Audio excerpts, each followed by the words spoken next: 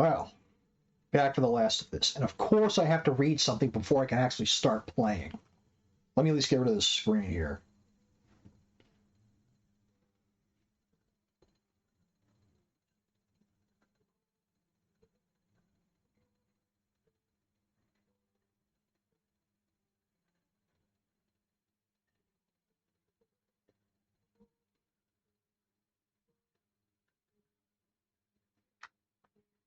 Okay.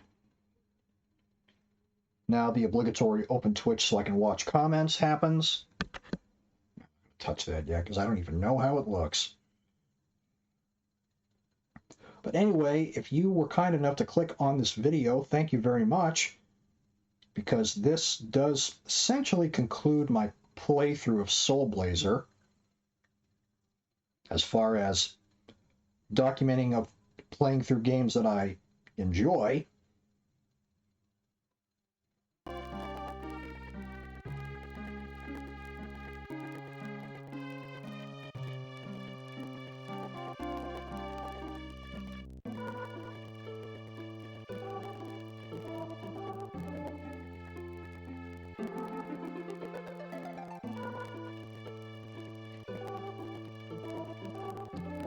And that is done.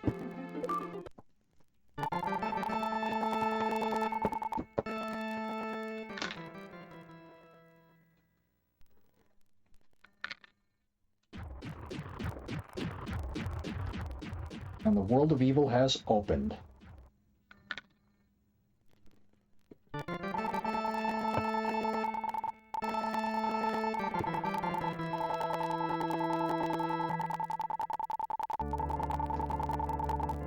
Well, I already have 2 of them, don't I? Yep, I got 2 of them.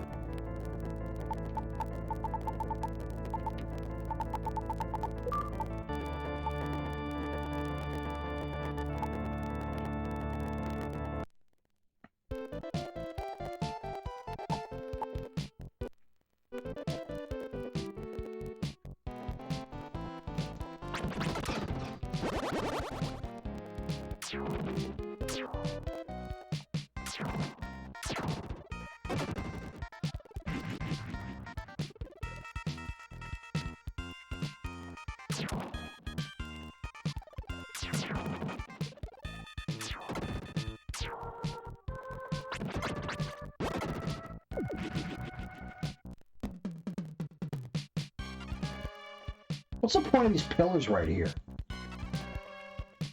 They can't be decorative.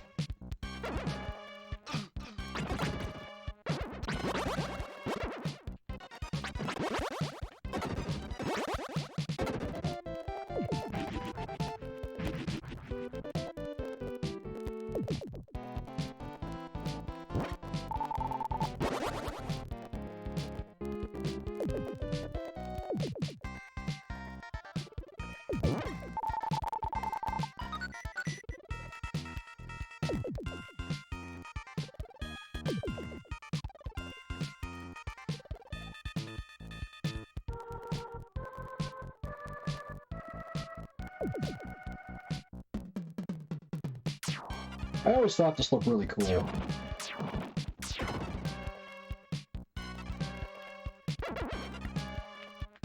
It'd be impressive, I thought, for an early Super Nintendo game.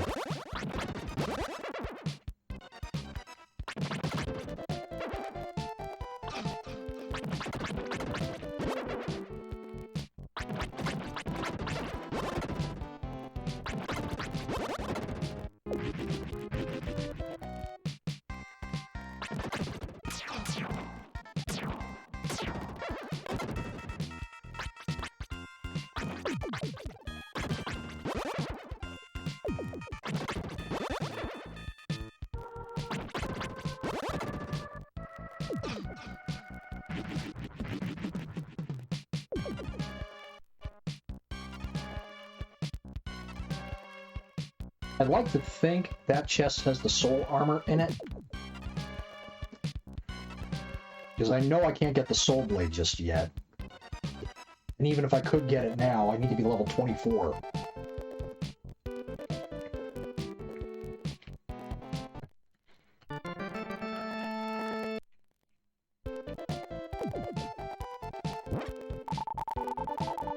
Nope. That's simply the last red hot item.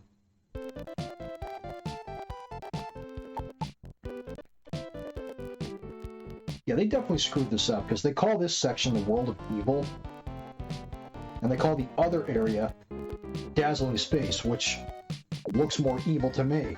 I think they had to have swapped the names. That always bugged me for as long as I can remember.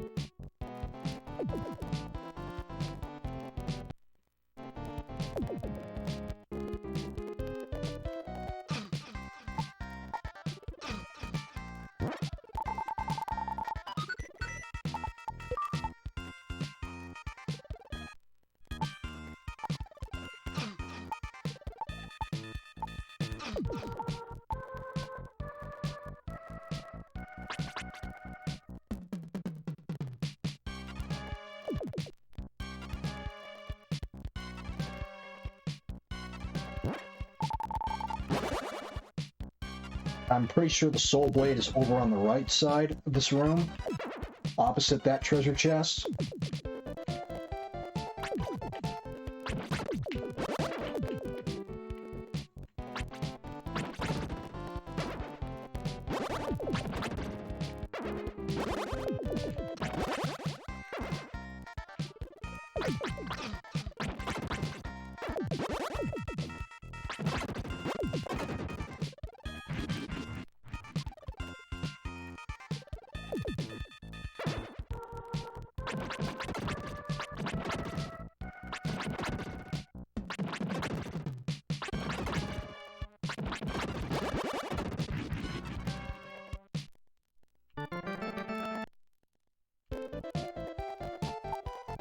And I simply stepped in there to recover my HP.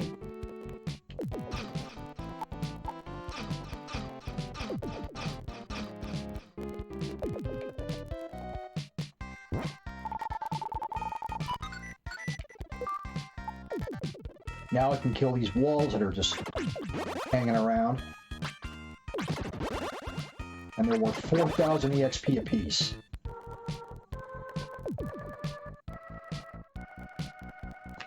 Last thing I need to do now is go back to the Mountain King and collect the Phoenix.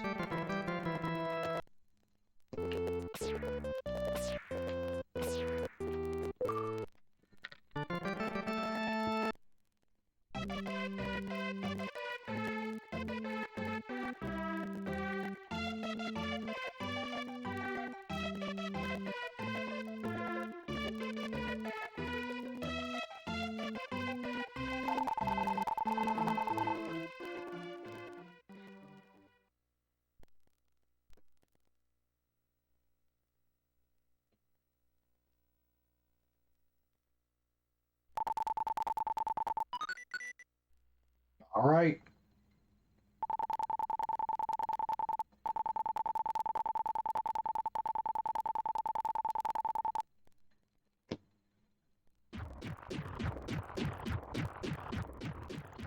Yeah, you actually have to get the Magic Phoenix, or you cannot fight the final boss and finish the game.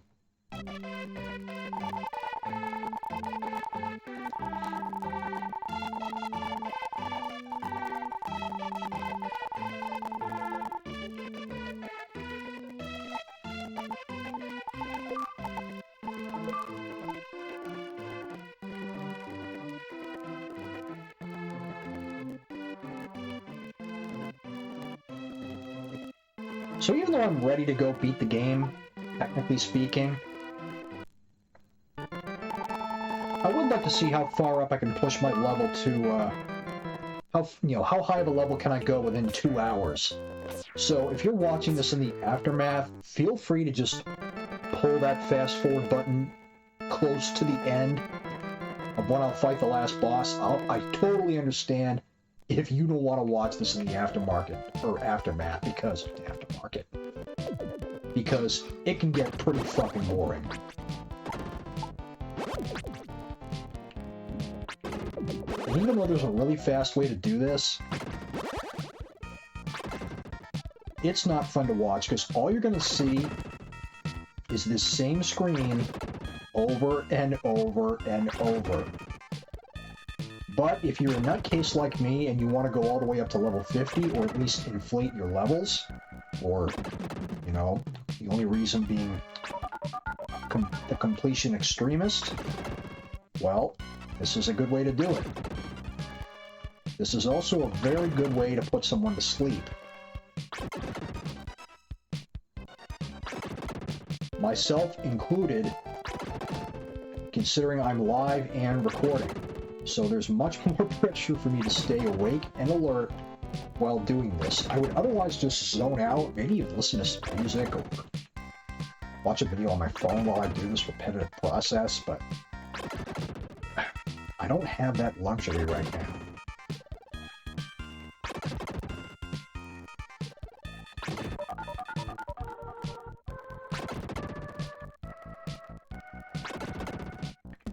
By the way, the maximum level is 50, and the highest the EXP will go is 99,999,999. And yes, I have done that.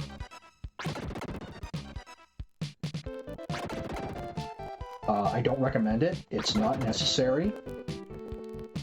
And even all the way up to level 50, the benefits will even stop, because once you hit level 47, your HP count is maxed out at 100. And by this time, your strength and defense is already maxed out. So level 48, 49, and level 50 do literally nothing for you. Because like I said, you reach your maximum count of 100 hit points at level 47. Those last 3 levels do nothing. But if you want to get up there, all the way to level 50, this is the fastest way to do it. And just from having a little bit of conversation, I've already bumped myself up 3 levels.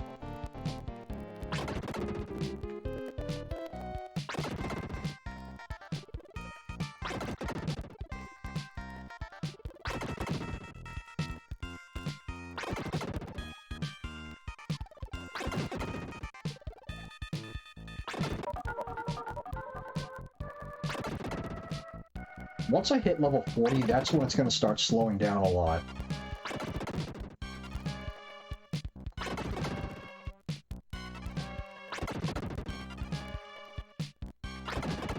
And really, by the time you reach level 24, you're ready to beat the game. You're ready to finish it. Because that's the level you need to be to use the last weapon, the Soul Blade.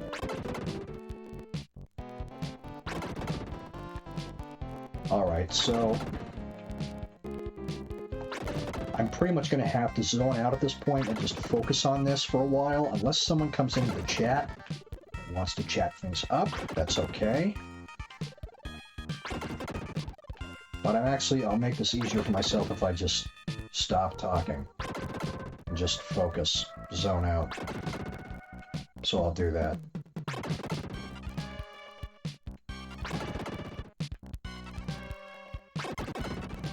Just go ahead and fast forward the video in hindsight, and you can see the last boss fight.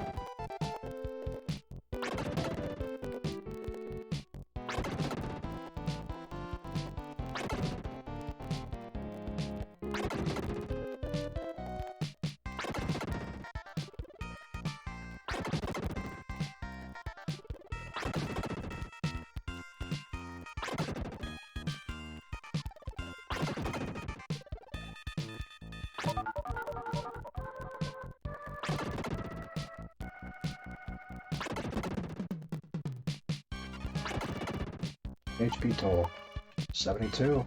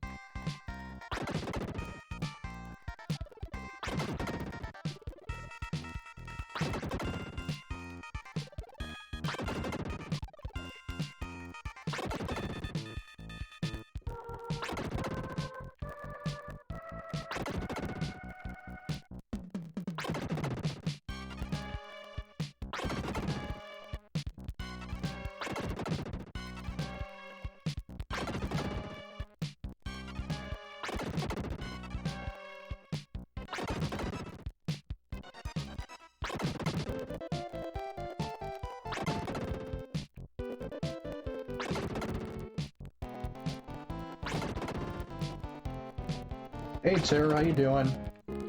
Guess what I'm doing?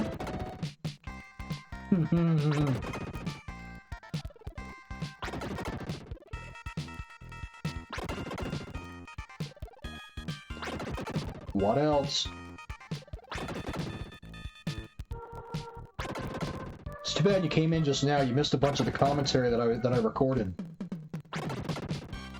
Because this will be on YouTube later. Or in hindsight, it already is.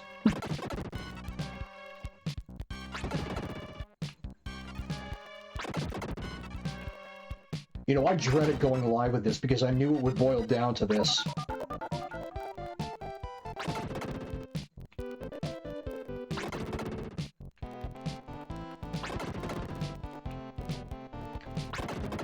Yeah, I'm still working on Final Fantasy V off camera, leveling up the jobs, learning all those extra skills.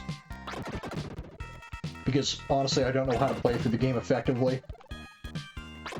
So, you know, I'm maxing out I'm, you know, leveling up those jobs for reasons I know or don't know. As a result, I'm way over leveled. But that's not a bad thing.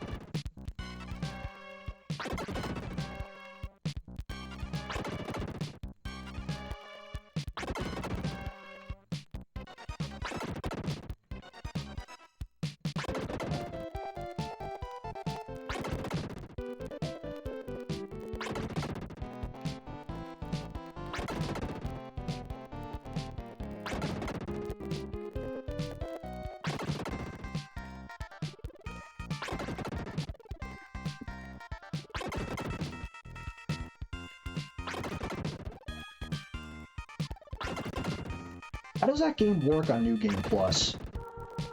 What carries over?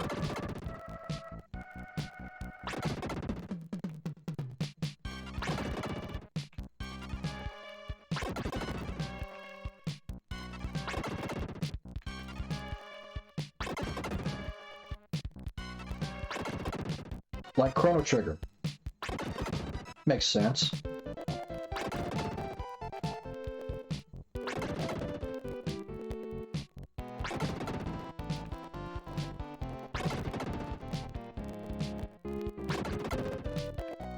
I don't know if Chrono Trigger was the first game to do that, but New Game Plus was so innovative.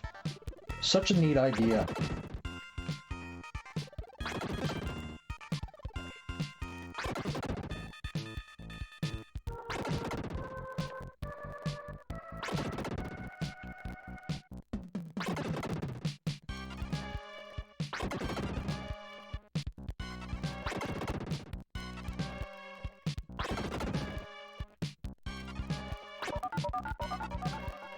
Yeah, Lufia kind of did it, but you don't start the game over with everything. You pretty much start the game over as intended, but now you get 4 times the amount of EXP and money.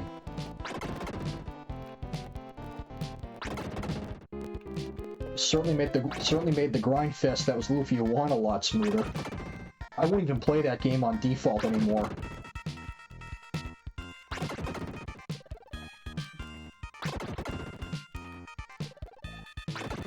Ultimately, though, whether or not you want to call that New Game Plus, It did add replay value.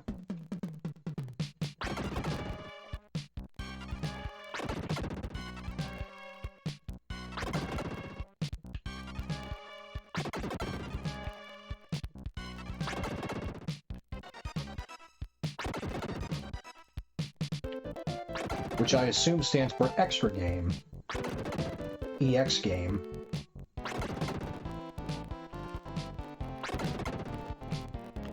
Yeah, makes sense. Isn't it actually called New Game Plus Plus Plus in Dark Souls, depending on how many times you loop the game?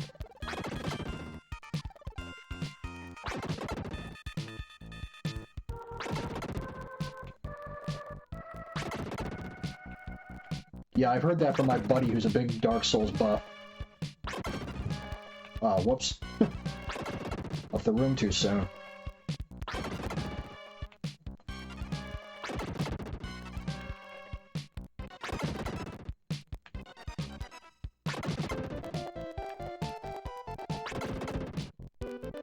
Is it an actual Chrysler building? Like logo and everything? Fully licensed?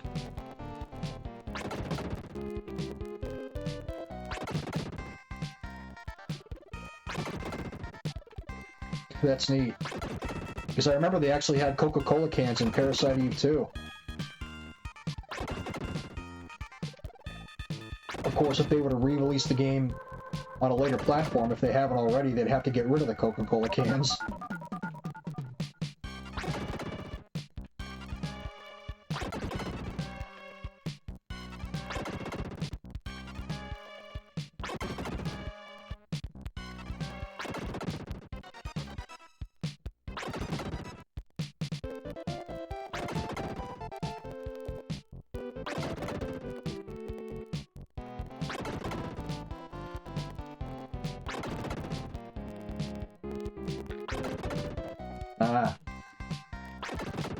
The further you go, the harder it gets. But potentially a lot of good loot.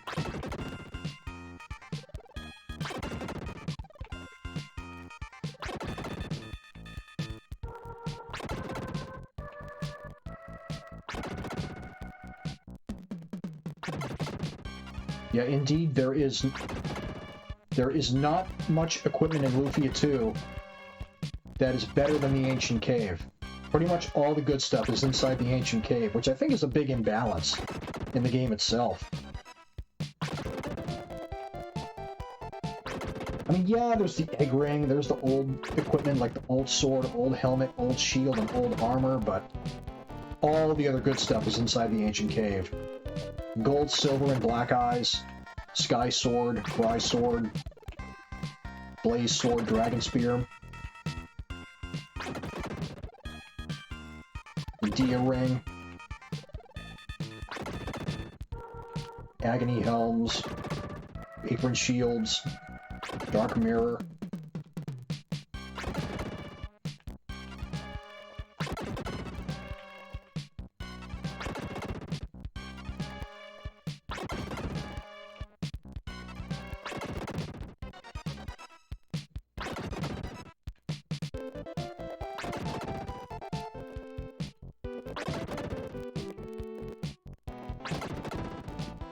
I wonder where I'm going to be by the time I end this stream tonight. What level I'm going to be at. I'm doing this over and over and over.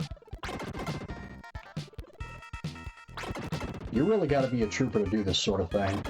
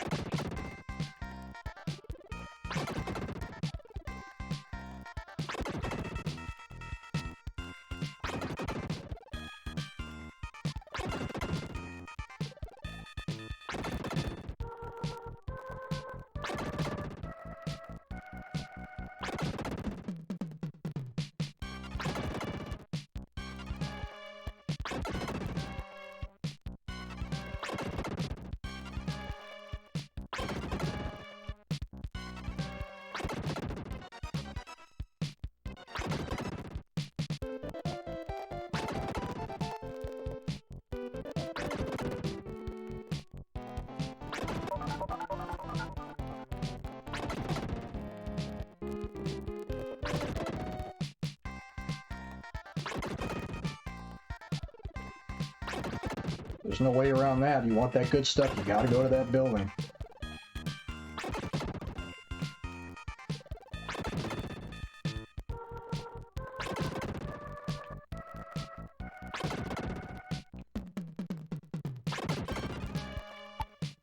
I thought my level up was 7.2 million.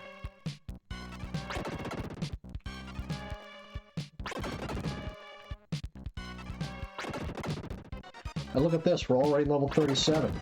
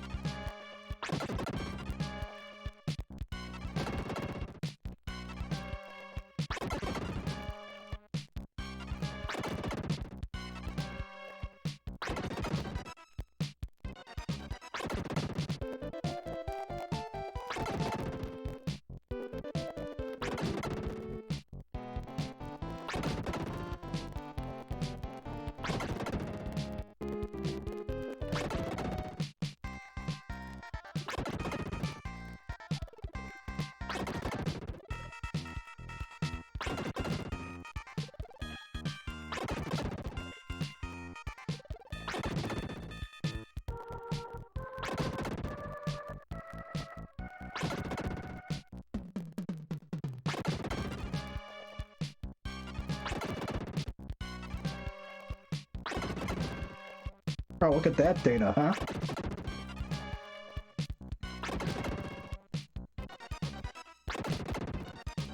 Did you actually write all that down yourself, or did you just copy-paste it?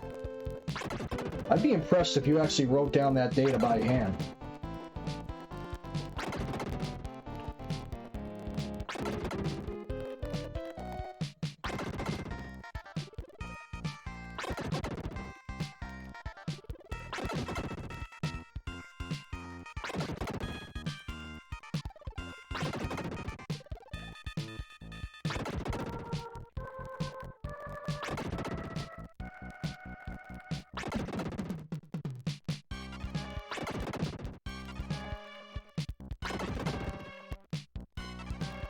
Oh yeah, notes are handy. Because honestly, who would want to type all that out?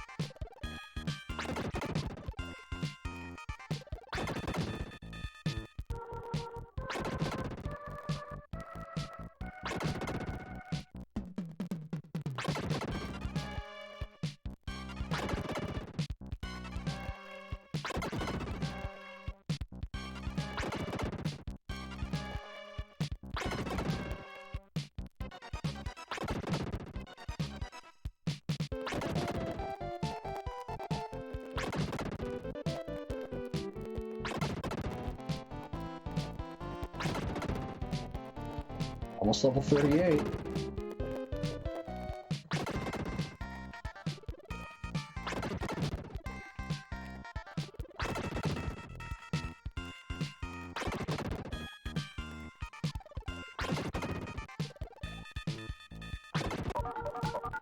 And there we go. Next level up is 8.5 million.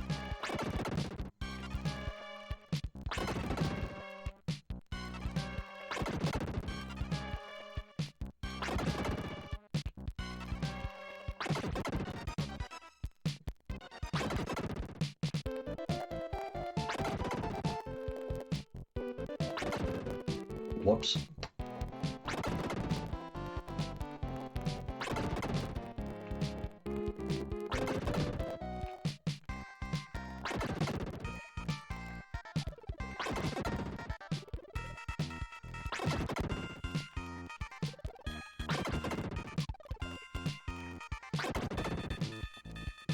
Take a drink real quick.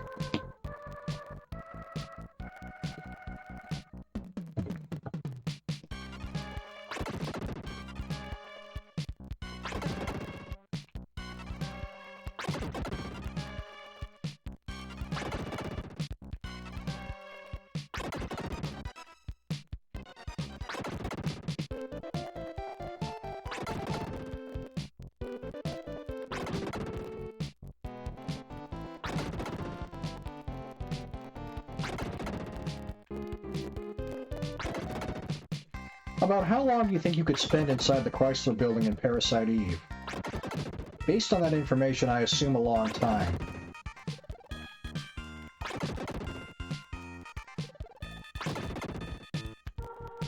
I mean, people who play Lufia 2 will spend time in the ancient cave more than anywhere else.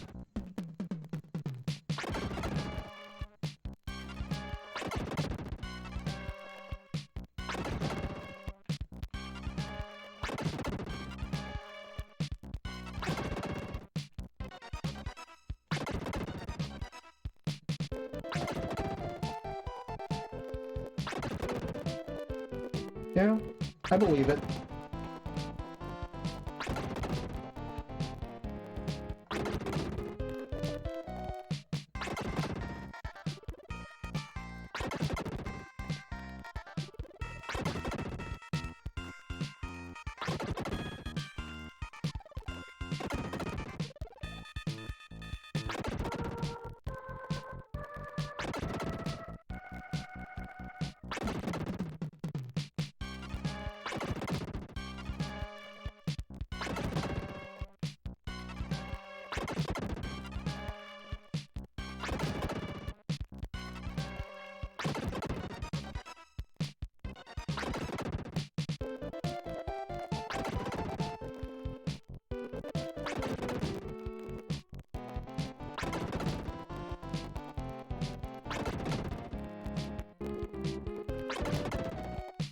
Yeah, we don't really have many boss fights in the ancient cave, except for the ancient slime. That's it.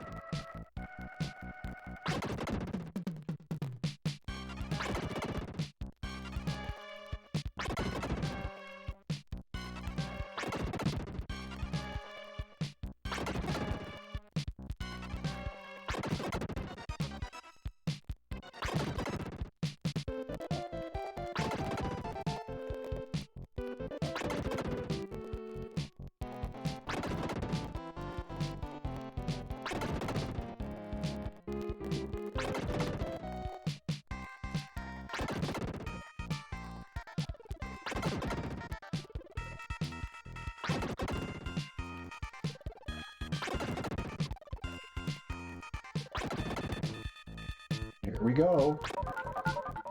Level 39. If I remember correctly, the next level up is 10 million on the nose.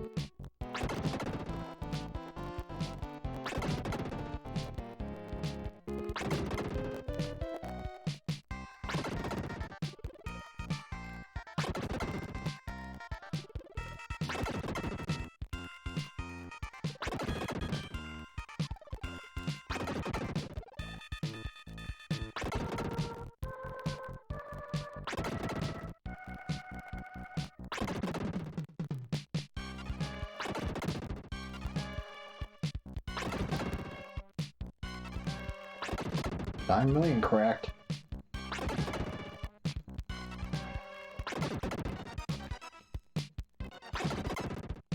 You pretty much have to keep that stuff in a notepad if you don't want to forget it.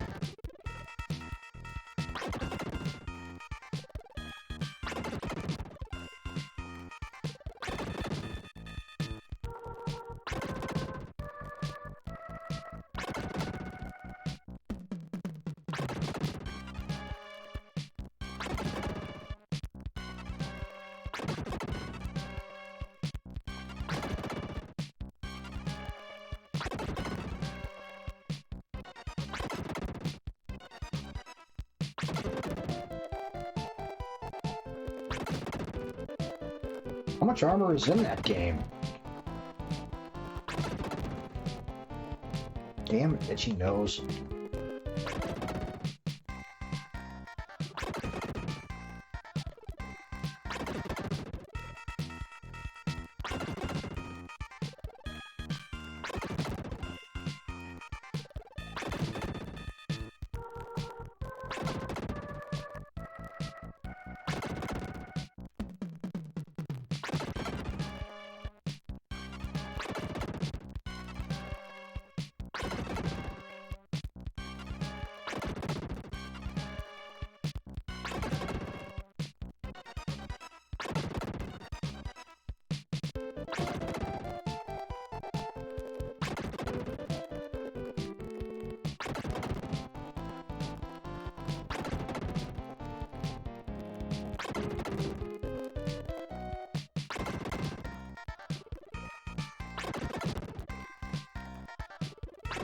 Yeah, that's a healthy amount.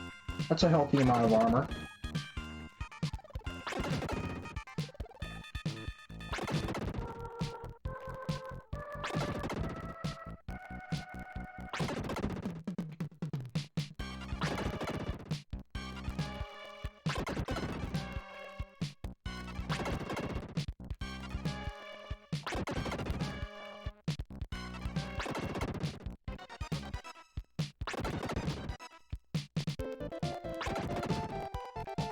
Yeah, that's quite an imbalance.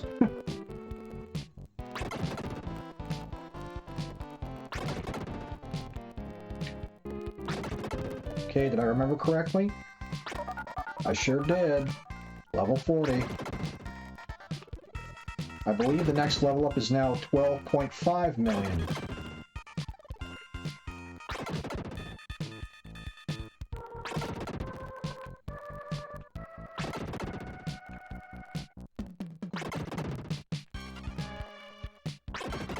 And I'm now up to 86 hit points.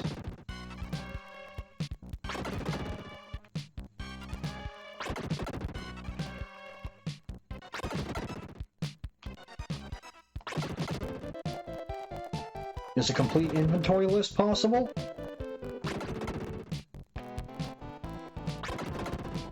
And if so, how impractical would it be to attempt it?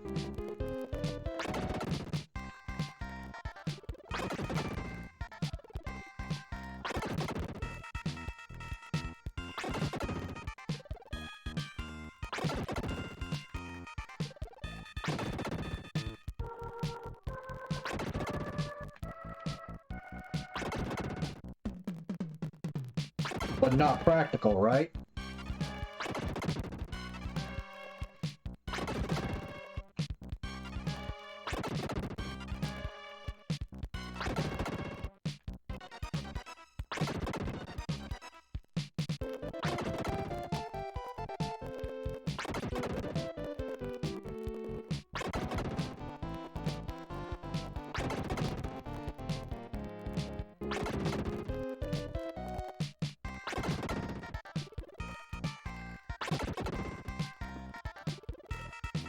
Like how people go for a complete inventory list in FF7.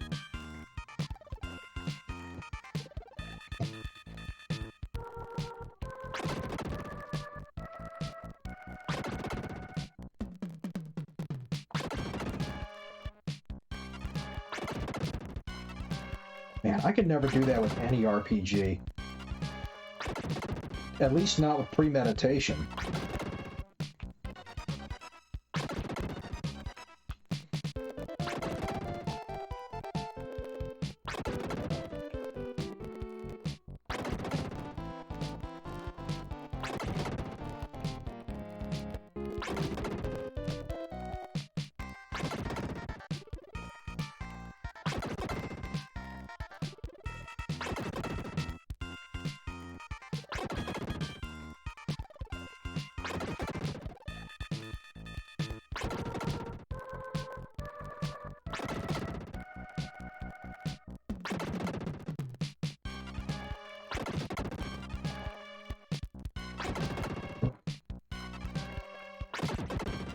Chrysler Building is where every Parasite Eve player wants to hang out.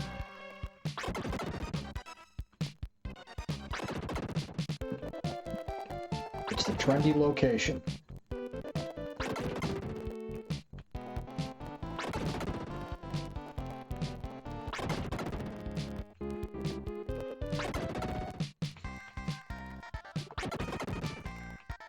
Yeah, most FF7 players would either hang out at the Chocobo races at Gold Saucer or in the Northern Crater.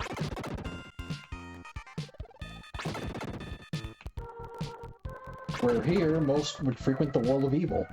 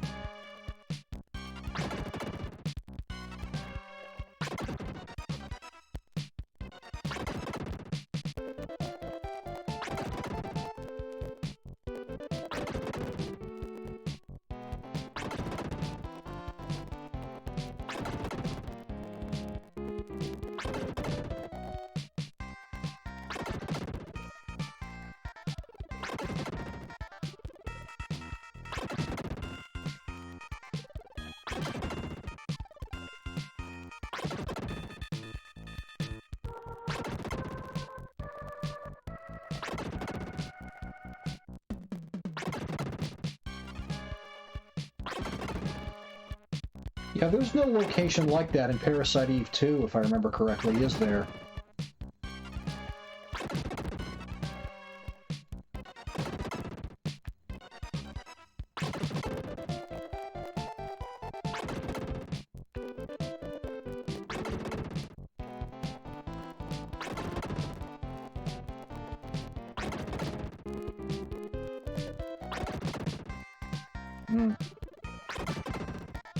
You know, I came very close to finishing Parasite Eve 2, but never did.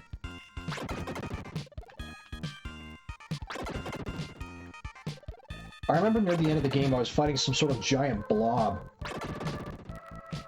in which there was a staircase, or rather a platform, circling around it that you could run around, but I never figured out how to defeat that boss. I don't know what the devs wanted me to do.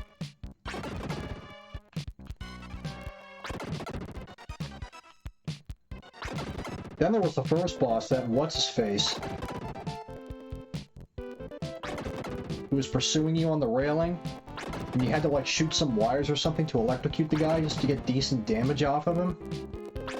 because your default weapons or the weapons you could get at the time weren't good enough.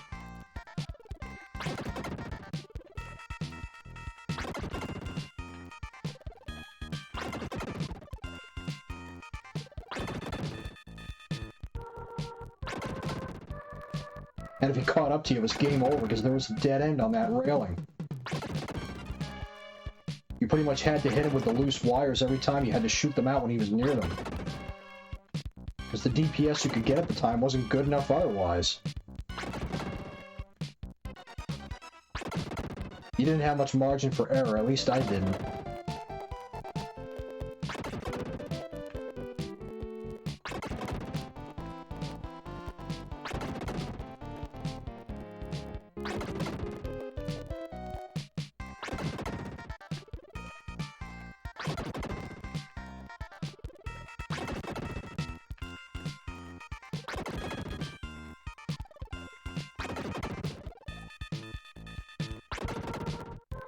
Yeah, it's a shame I couldn't beat that blob boss near the end.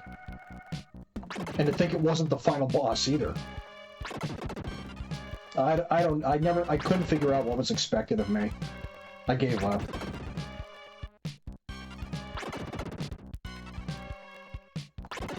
And even today I wouldn't play it. I just don't enjoy it all that much.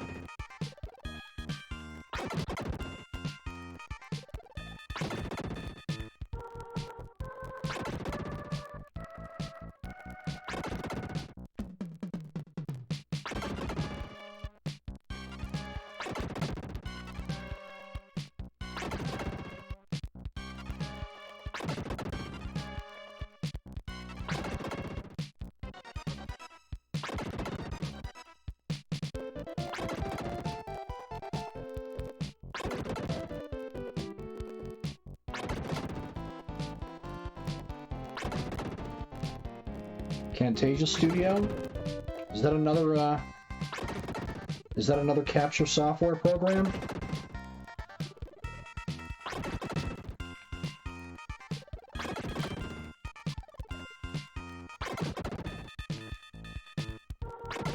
Ah, okay. So, did I remember correctly? Is 12.5 the magic number? It is. Level 41. 15.8 million.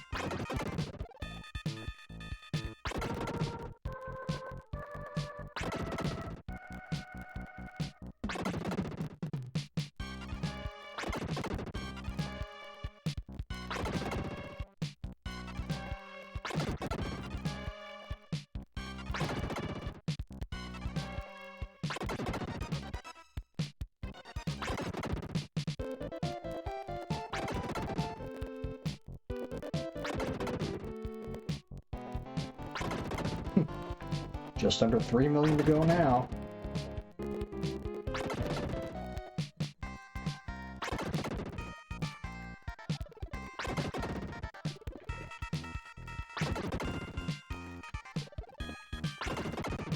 Well, ultimately, it's a quick game anyway, since you know how it works. If you can see how quickly I'm done with it, you'll be done with it very fast, too. However, this grinding, that's not so fast. It's a long process.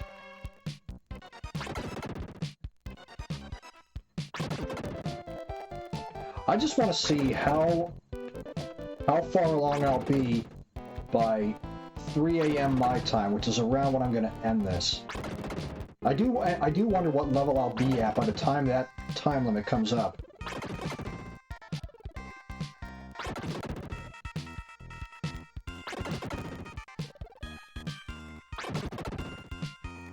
Yep, this isn't difficult. Just takes patience.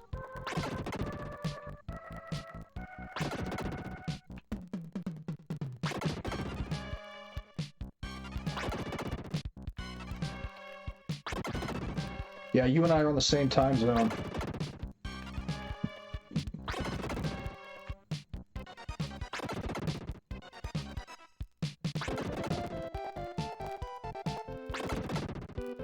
Convenient, huh?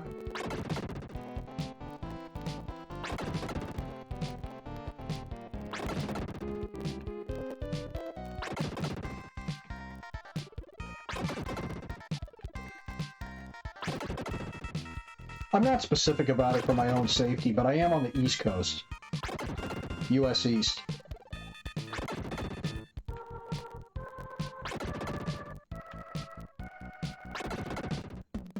Some people do give out their states. I don't even do that.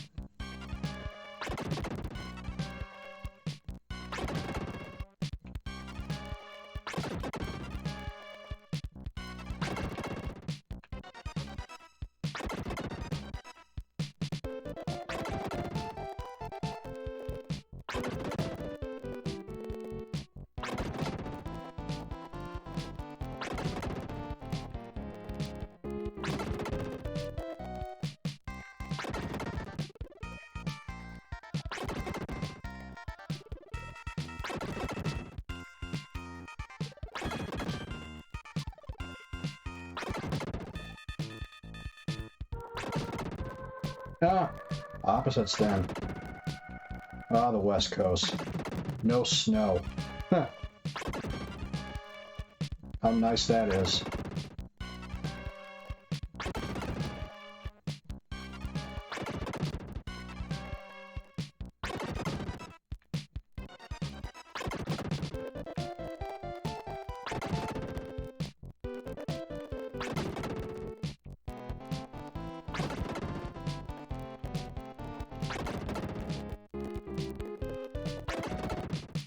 Yeah, apparently I lived in California when I was an infant, but I have no memory of it.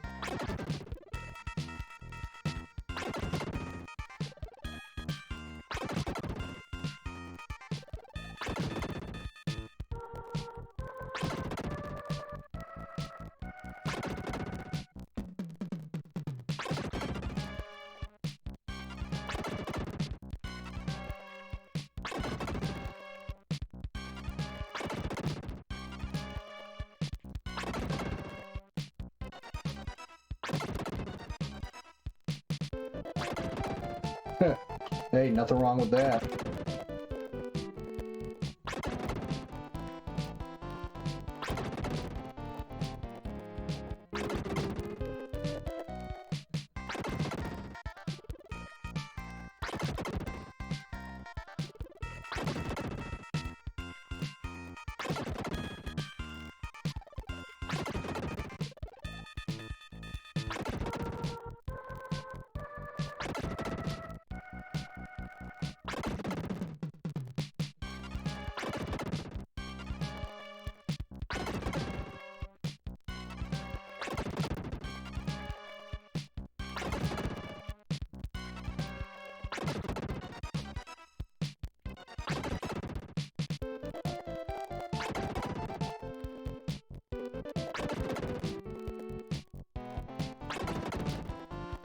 What's even more satisfying, once I hit level 42, my life gauge is going to change color again.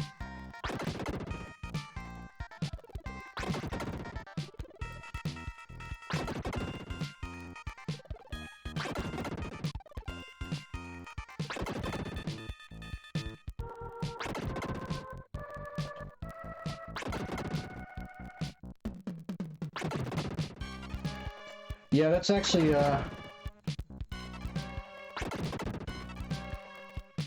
the lockdown was actually when I started, I actually started streaming, or tried to stream full time.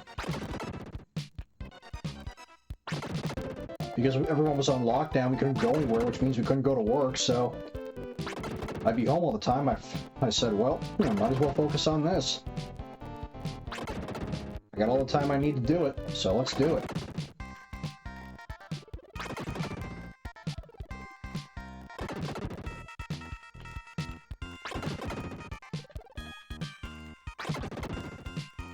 Well, if I wouldn't want to do the work, why are you doing it? Not that I'm knocking your profession or anything, but it makes me wonder.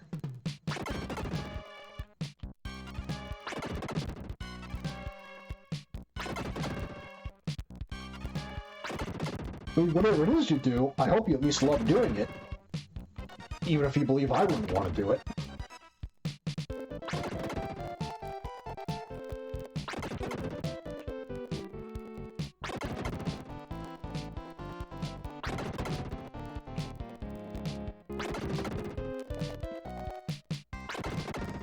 Well, me being an optimist, if you're doing repair and renovation work, it means the job is different all the time, so there's plenty of variety. Not as likely to get monotonous or repetitive in that sense. It's good exercise, gets you out of the house. But I imagine depending on the renovation or repair work you're doing, it can be... I imagine some of that can be really tedious. It makes you want to pull your hair out.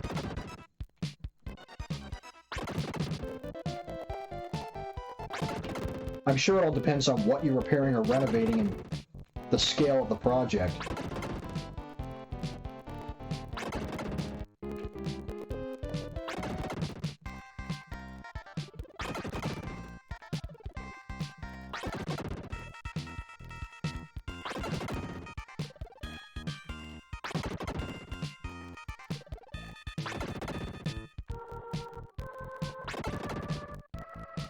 Oh yeah, they can be perfectly pleasant, which makes your job all the worthwhile, because it makes you so happy when they're so happy. And then you can get hired by a total jackhole who you don't want to work for, and it makes your job miserable.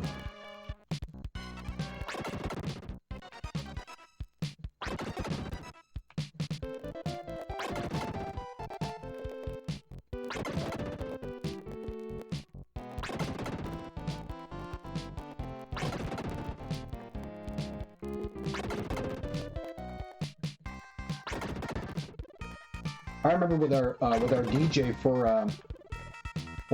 my wife and I, our wedding, the DJ we had, I tried to be as professional and as attentive with her as possible.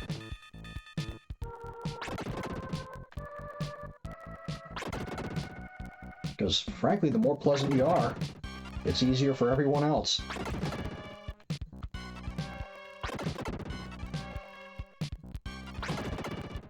Oh yeah, I remember you telling me about that. Oh boy.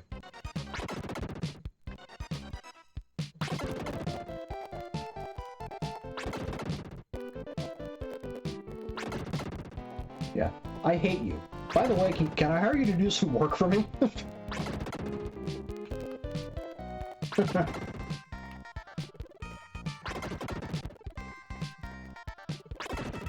Oh God.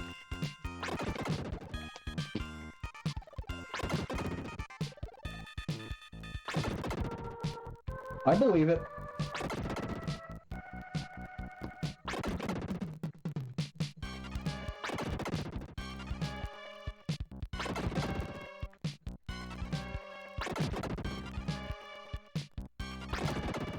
And ironically enough, that can also be a good way to get together and set aside your differences.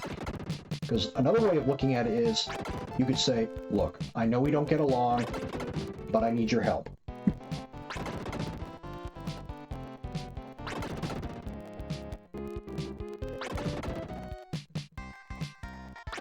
Because that scenario could be is a good opportunity to, remove any strain between the two parties. Perhaps make things better between you two.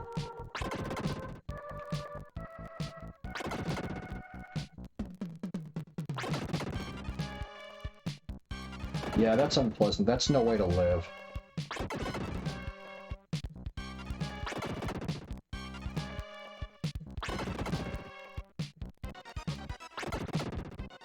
Does she at least have somebody she can talk to?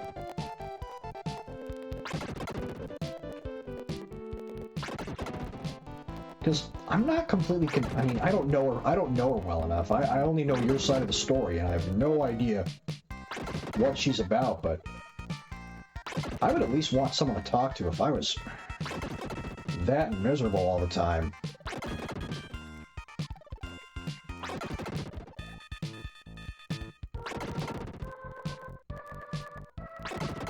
And here's the level up. What's the next level up? I think it's 19.5. Yeah, 19.5. There we go. Look at that, 90 hit points.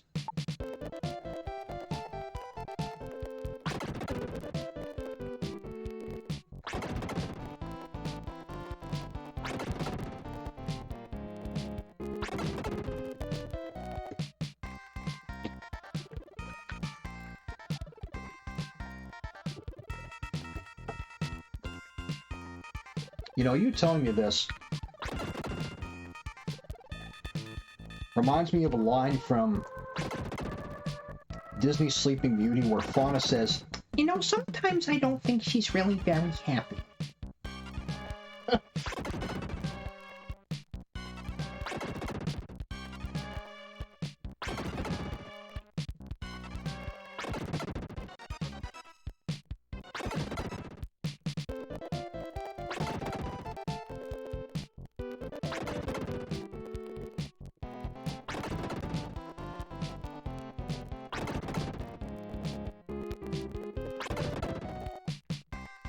Oh, he was just never a happy person? That's tough. It's not a good way to live.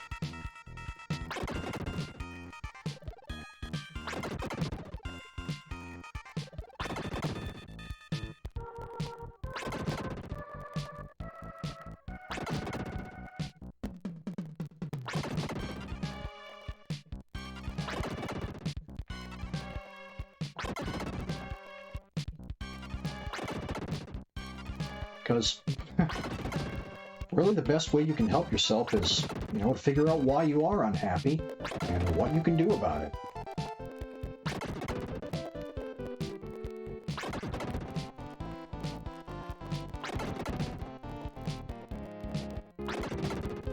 That's sad. That's unfortunate.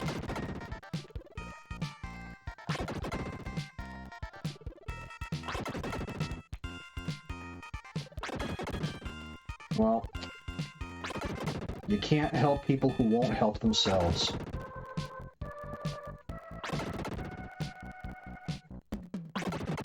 And that's a hard pill to swallow. Because sometimes you really want to help someone so bad because you know they're in such a tough place. But ultimately, you can't do anything if they don't help themselves.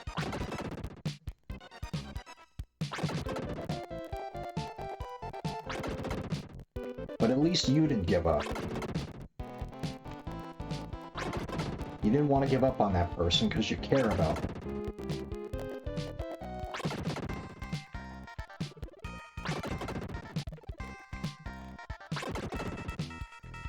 Meanwhile, instead of all this Debbie Downer talk, well, not really Debbie Downer, but still depressing, I'm getting the more curious where I'll be within an hour when I'm going to wrap this up.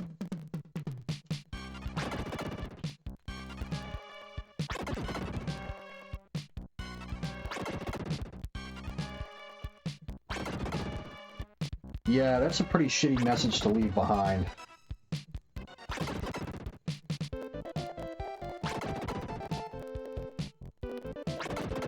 Well, you can't do anything about it now.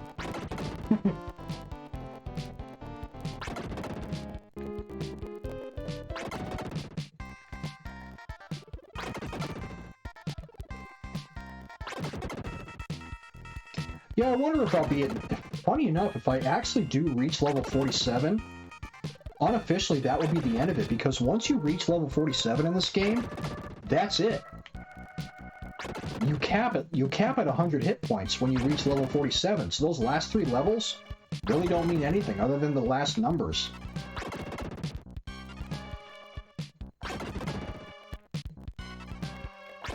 Yeah, there is no way I'm reaching 50 tonight.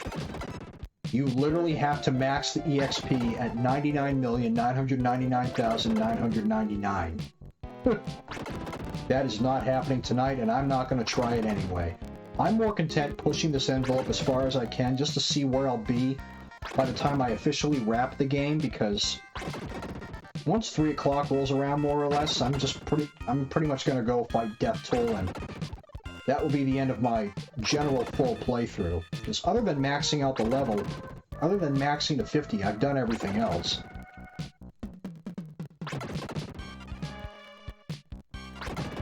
Yeah, Jeez is right. I am not reaching that tonight. I mean, I'm already up to a respectful number, but 17 million is still a long way to go from capping at 99 million.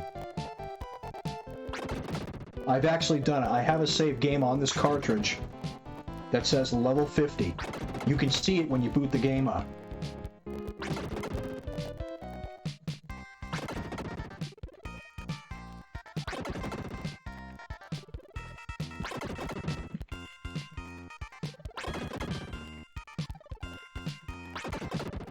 And this is the fastest way to do this.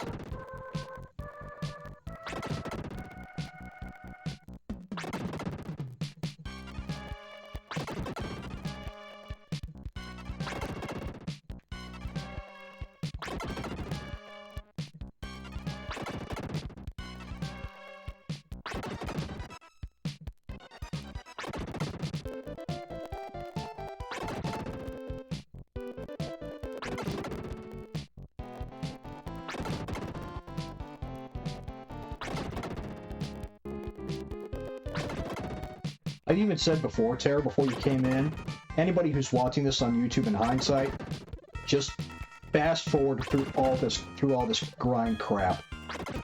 Just go watch the final boss fight and be done with the video. Because who wants to see these two flickering screens back and forth all the time, all the way through this? That's why I dread streaming this tonight, because I knew I'd be facing this.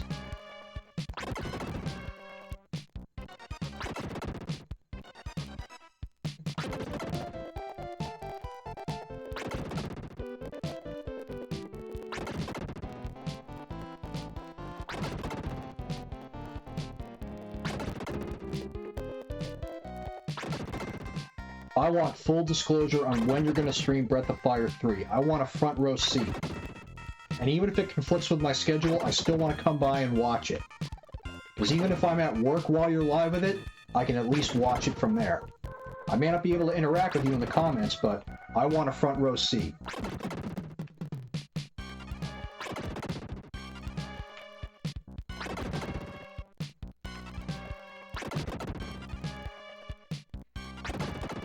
Do you know if you're going to go for all secrets, or fun stuff, or just a general playthrough?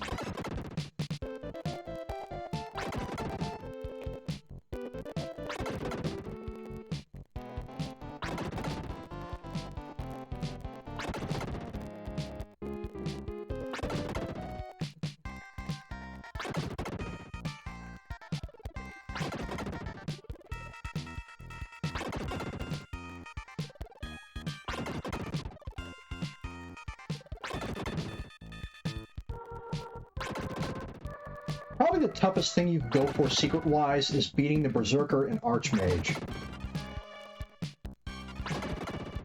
Not necessary to beat those guys.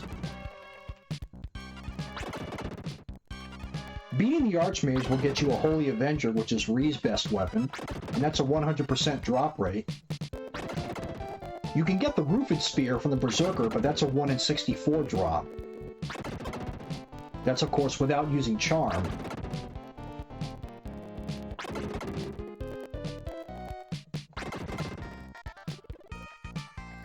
Yeah, and they're not ideal for gaining levels off of anyway. You can just do that with the Lava Men in that mountain. What's that fucking mountain called? Where you get the mutant gene? Or the mammoth gene?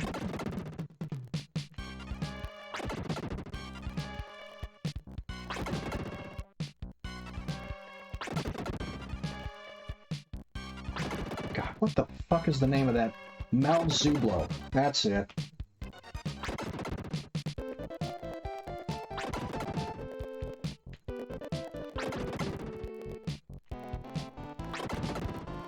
You can at least pick that up because the Archmage will drop that 100% every single time. So if you kill a bunch of Archmages, you could farm those and sell them for money. Rue can also equip that weapon, which is nice.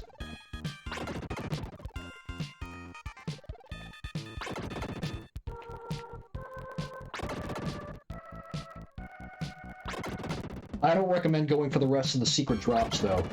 Most of the best equipment you can get for everybody are rare drops, and the most likely item you can get out of all of them is the Mist Armor from the Mistman enemies. That's a 1 in 64 drop rate, and the Mist Armor is Momo's best armor. But the Goo King Sword for Rue, Diana's Dress for Nina, those drop rates are 1 in 256. Really, really fucking rare. Worse than the Sword of Kings, worse than the Star Pendant, worse than all of the rare drops in Mother 2.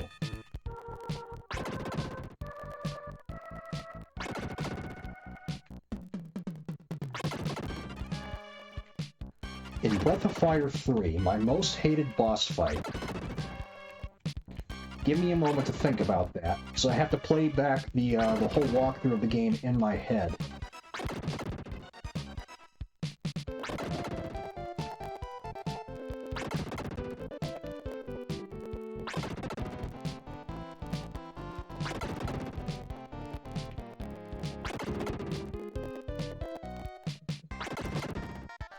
Your most hated is Tipo, huh? I actually enjoyed that boss fight. Probably my most hated, from what I can recall, is the dragon zombie in the Dawn of Mine. Granted, if you have the Kiri spell, that's an insta-kill, 100%, and the fight's over.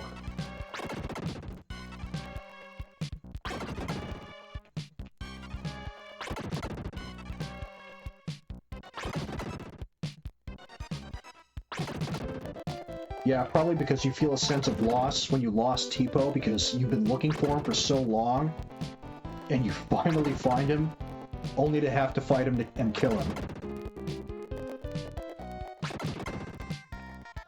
They likely did that for you to feel a sense of loss, losing someone you care about. Because, you know, you were both kids when you first met. And while Tipo was a troublemaker as a kid, he was likable.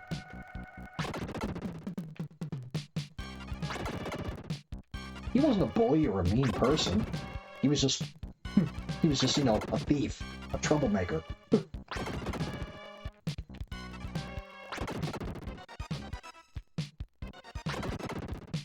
The Dawn of Mine, you mean?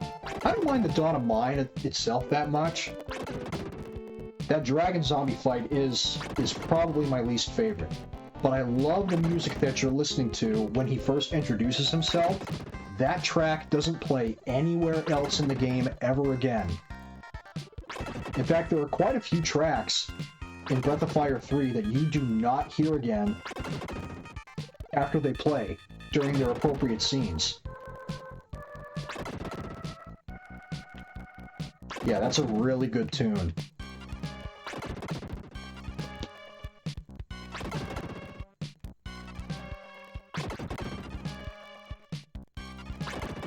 Another tune I really like is both when you see Tipo as an adult. When you finally find him in that dream maze, and you're confronting him, you're conversing with him, that's another track I really like.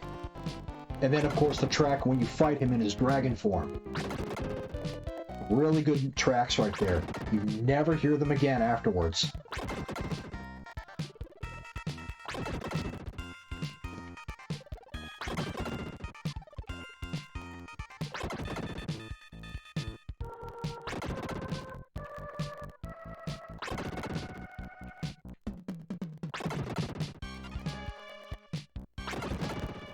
And remember, when that game first came out in 97 and 98 respectively, there was no YouTube back then. You couldn't simply go on the internet and listen to this music whenever you wanted. When you played through that game, and when that song played, and you only had the chance to hear that song once, you better savor it, because you are not going to hear it again, unless you start a whole new game all over.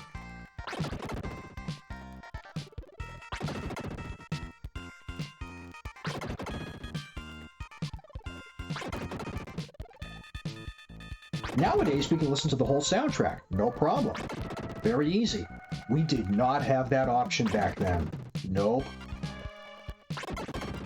That's why when I was a kid, in the 90s, when I was playing these games or any other type of games, when I went to the option menu, the first thing I would look for is a sound test. Because if I loved the music, I wanted to play it back and just listen to it.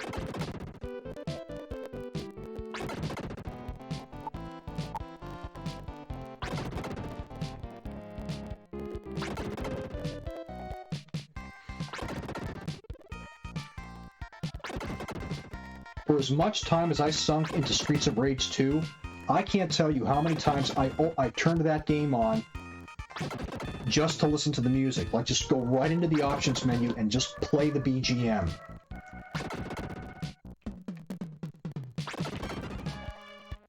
And it's not like today where you can do direct rips out of the game itself, be it original hardware or an emulator. Usually the only way you heard that music was through crummy TV speakers.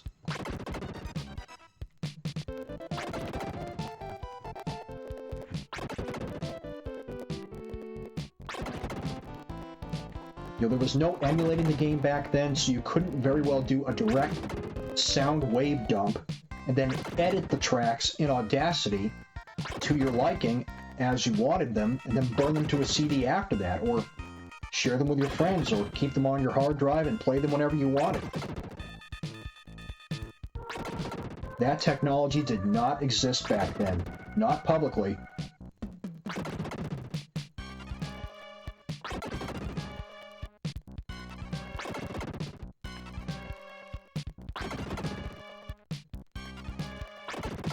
And if the game in question, like this, if it didn't have a sound test for you to play around with, you were out of luck. The only way you would have heard this music is to play the actual game. You couldn't get it anywhere else.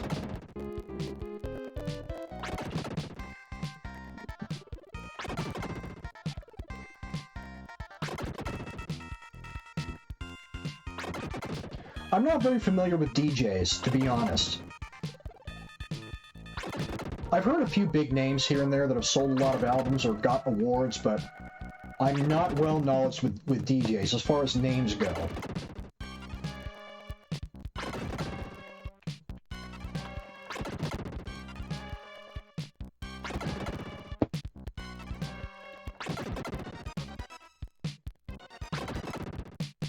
And unfortunately, video game soundtracks, like on CD and so forth, were not a thing in North America like they were in Japan, even in the 80s.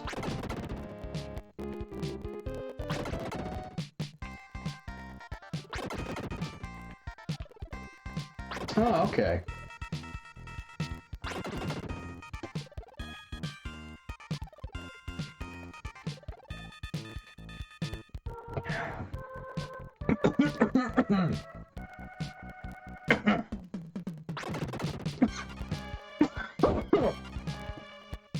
Don't ever breathe Mountain Dew.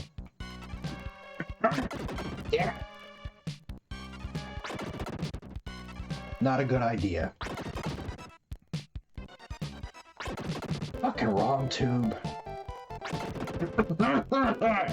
Pain in my fucking face. Ugh.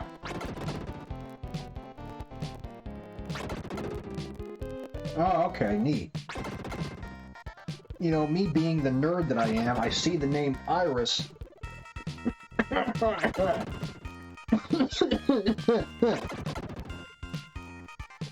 And I see the name Iris and I think of either Lufia 2 or Mega Man X4. But I doubt that's why that's there.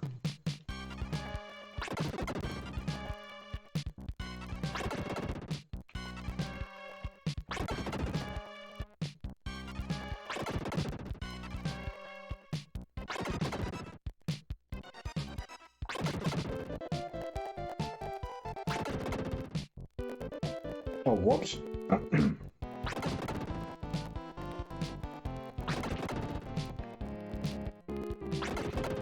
And now my eyes are really watered like I've been chopping onions.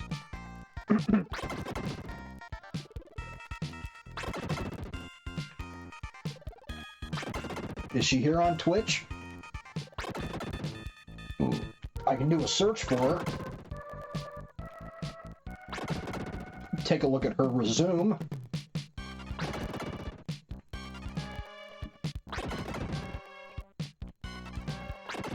I will take a peek then.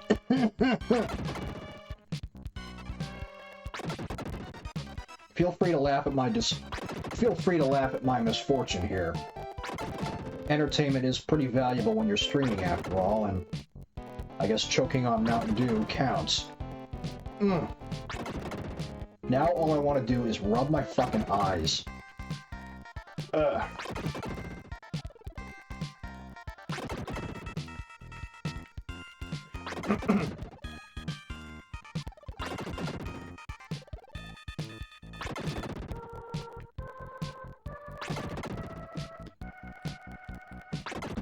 Is she a follower of yours as well? Because if she's into these games, I'd love to have her over here. Any help I can get, of course.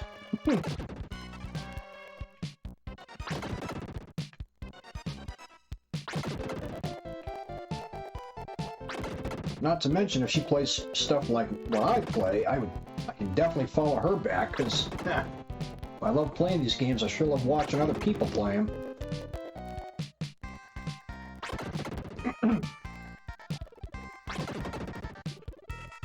Well, I'm not the biggest FF buff, but I'm fairly familiar with 4, familiar enough with 6, familiar with 7, and getting acquainted with 5.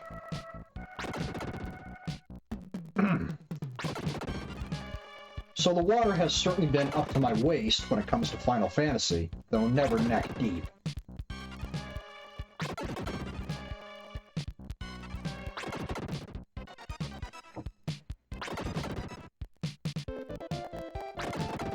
Yeah, I ought to do another playthrough of FF6 myself. I don't know if I want to record it or stream it or not, but I should definitely at least play it again. I still need a consistent strategy for optimizing that game every time I play it. Because I hate the way the Esper system works as far as raising your stats. I hate how you have to hold off on levels if you want to optimize your stats. That so fucking irritates the completionist in me.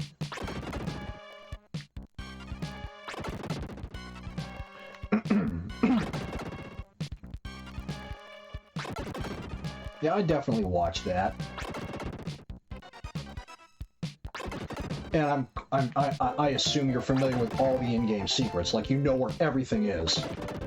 I know well enough where everything is. All I need is a better way to optimize a playthrough of the game while keeping my levels to an absolute minimum, because I don't want to waste any stat gains.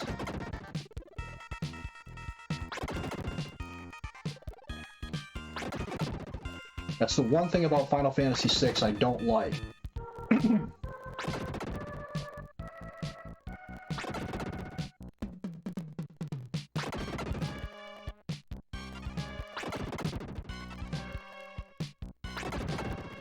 I still think the game is a masterpiece all the same.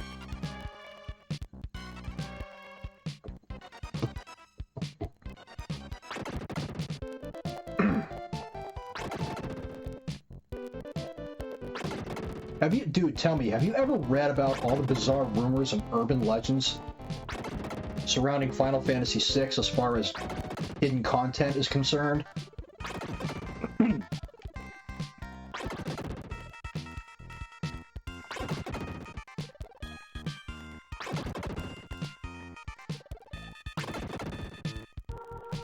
You ever read about that stuff? Some of it's pretty ridiculous.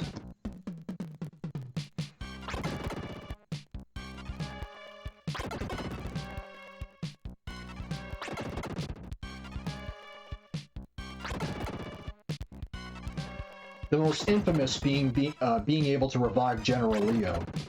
The only plausibility to that rumor is General Leo is temporarily controllable. He has, you know, a mug profile in the menu. You see him in battle as a functional character, but that's it. You can't revive him. There's no golden elixir in the dinosaur forest that would appear after you fight 4,000 battles or whatever. Someone clearly pulled that out of their ass.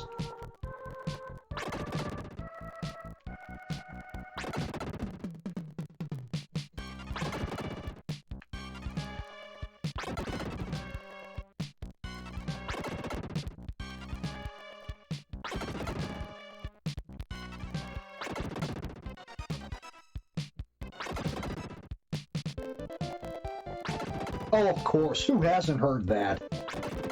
Good God. I heard that more than a broken record. Honest, my opinion, that was made up by people who simply could not accept the fact that she was dead and that she wasn't coming back.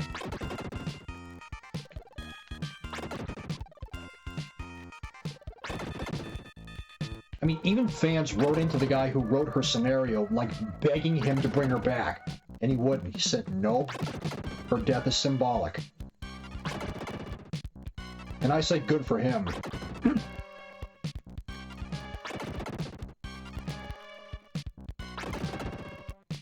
Yeah, I remember you telling me all about that theory and showing me the video that medically supports that. I mean, from a medical standpoint, I would say it works, but I'm not convinced that's what Square intended. I mean, if they did, then wow, that makes her death even more shocking. I'm just not totally sold on it. Medically, it makes sense, but I think it's a bit of a reach from the fans. Unless Square confirms it. If Square confirms it, then I'll accept it.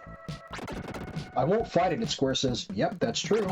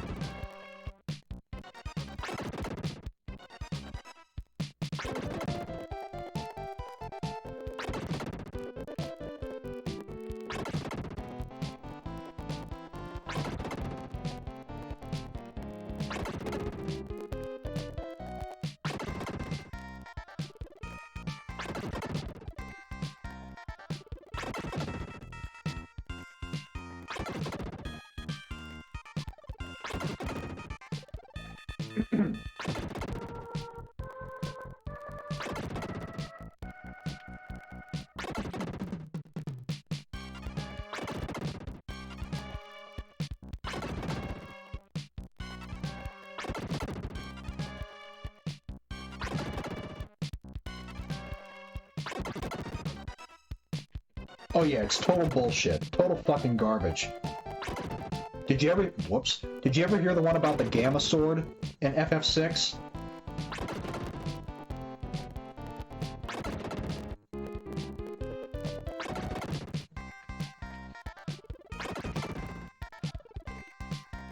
Okay, so maybe you didn't. There was a rumored weapon in Final Fantasy VI called the Gamma Sword. That's Gamma sword. The Gamma Sword. It was rumored that this weapon in question was all-powerful, more powerful than the Atma weapon and Illumina, or any other for that matter, that it would raise your stats to the max when you equipped it, and in order to collect it, here's where it gets ridiculous. In order to collect it, you had to fly your airship around Kefka's tower for 3 hours. To begin with, how would that algorithm work? How would the game know that you just circled around Kefka's tower? And how would the game keep track of you having done that for 3 hours? Like, how would that work? How would the game know how to calculate that? Yeah, ... I agree with you. That's ridiculous.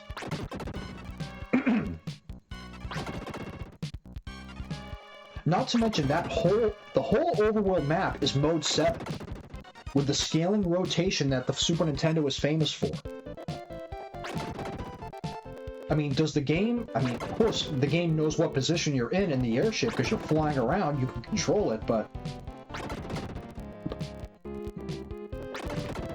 what kind of algorithm would be possible for the game to be able to say, okay, you're circling around Kefka's tower, now you need to stay within the vicinity of the tower while circling it, and we're going to time you for 3 hours? How would the game do that?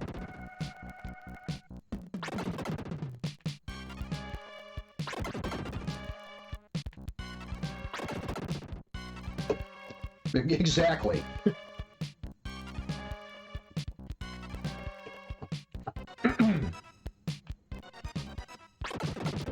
I mean, hell, just beat FF6 without Celeste. Go ahead, do it. It's possible.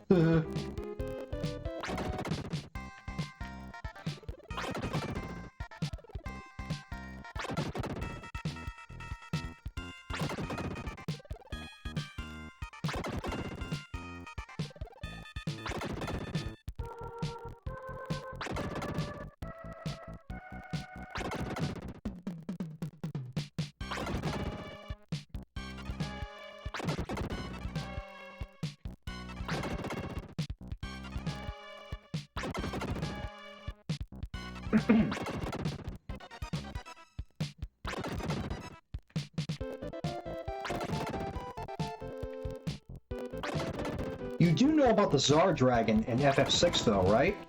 You do know about that one, I trust.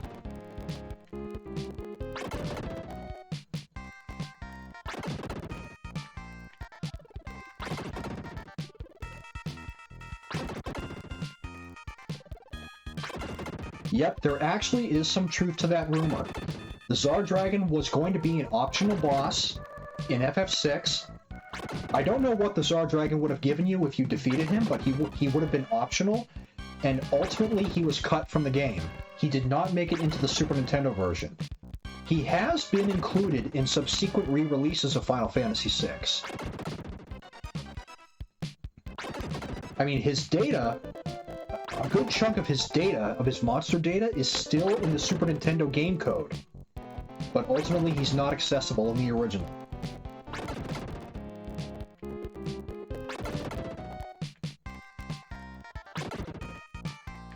Yeah, he did not make it into the PS1 version. In fact, I don't think much recoding of the PS1 version was done at all.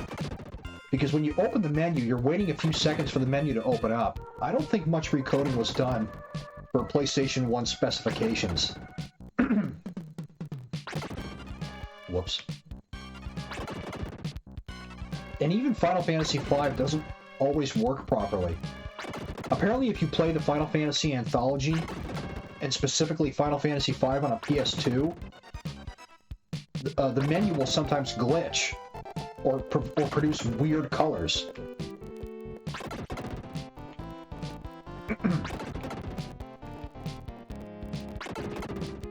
And it even has that really bad translation that would have been used if Final Fantasy V made it to North America.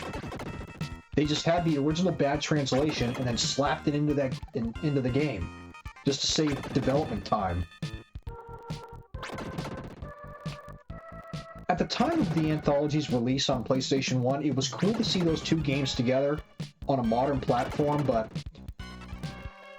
it was a rushed hack job. There were a couple new features that I thought were nice. Some extra video scenes, and after an end result screen.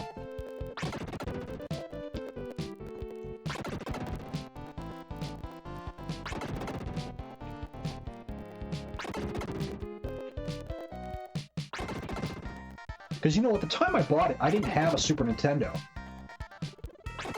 Nor a copy of Final Fantasy VI, which we then knew as 3 at the time. Until all the confusion got cleared up. Because, you know, they kept fucking with the titles when not every Final Fantasy game made it over here.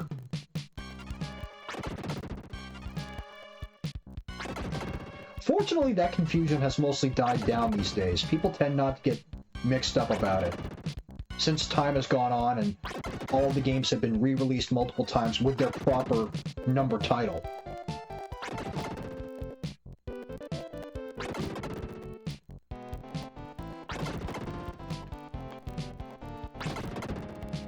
But yeah, when Final Fantasy VII came out, and it came out as 7, boy, everyone was confused.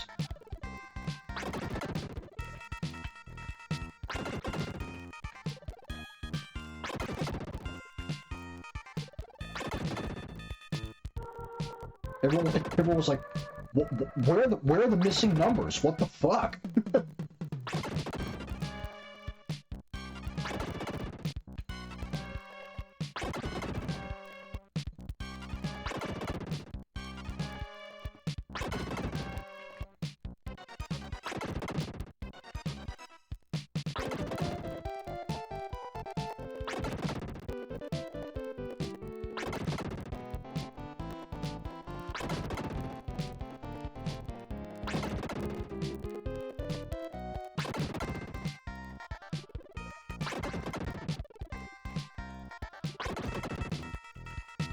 And if it was, I likely never would have finished it, because the Xenogears that we know today, I've never finished it. It didn't hold my interest.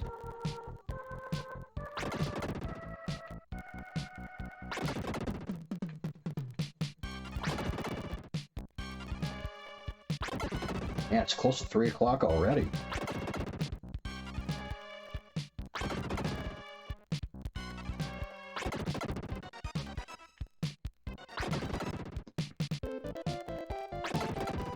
I mean, I'm for it, but if they were to remake it and really, you know, crank up the gameplay, by that logic, it would be a whole different game completely. In which case, it could potentially be unfaithful to the original product. And I'm not one for messing with art as it was intended, but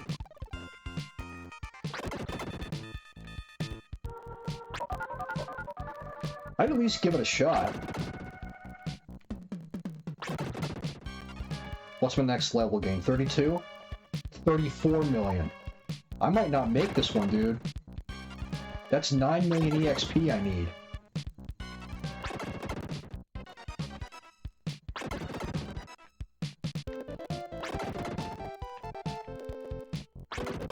I mean, I wouldn't change the story. I mean, keep the story there, provided, you know, people really like that story, but definitely crank up the gameplay. Definitely rev up the gameplay, absolutely. Because at the end of the day, it's the gameplay that's going to hold me, not the story.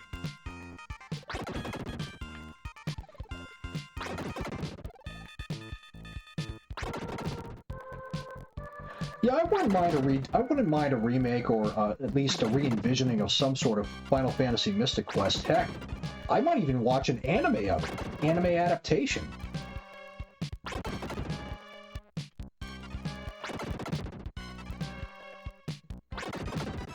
I don't see Mystic Quest being made a priority, though.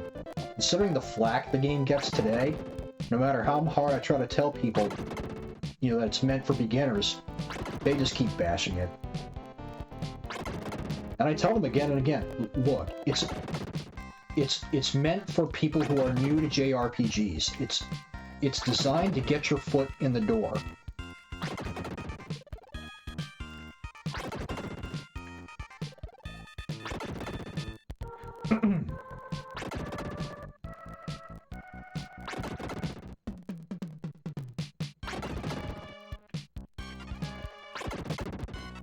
Right, because when people play a Final Fantasy game, they want to compare it to, you know, The Godfather, Gone with the Wind, Citizen Kane, you know, all these critically acclaimed classic so-called masterpiece films when really, Mystic Quest is more like, you know, an entertaining TV show.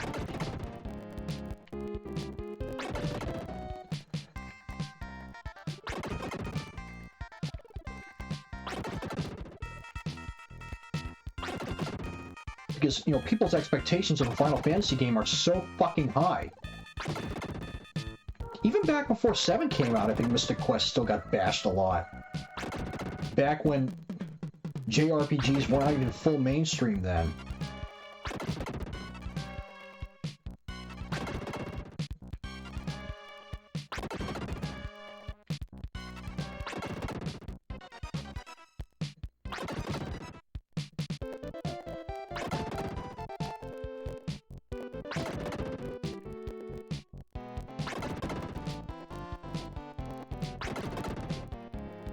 Like Seventh Saga, English release, that's pretty fucking bad.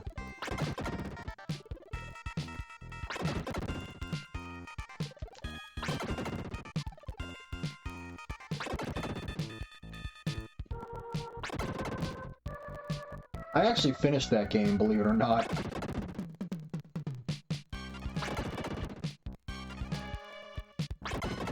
I was impressed with how they used Mode 7 and the overall size of the world map. I mean, that world map is fucking huge. It is so friggin' big that on VGMaps.com, they won't even display the whole world map on one screen. They have it broken up into quadrants.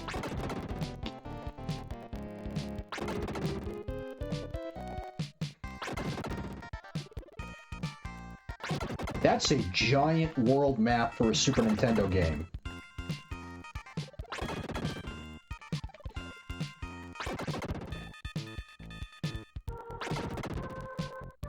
Makes me wonder how they fit it all into the cart.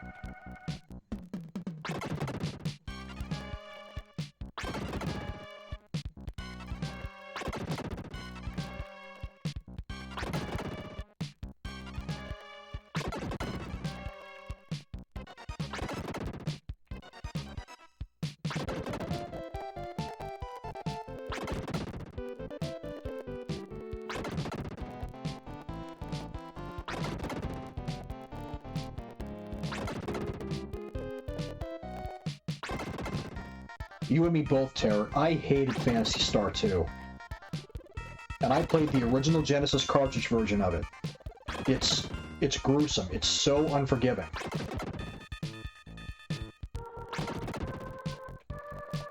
A lot of people keep praising it as though it's 1989, but it's not. It's 2022.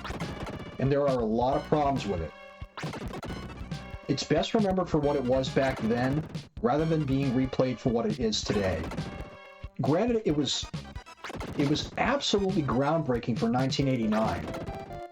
6 megs in size, world's first, console-style 16-bit Japanese RPG, and was, a very large game overall at the time. But the grinding is unacceptable. It's an unrealistic expectation. The dungeons can essentially not be navigated effectively without a map. You will get lost. You will not find your way through there.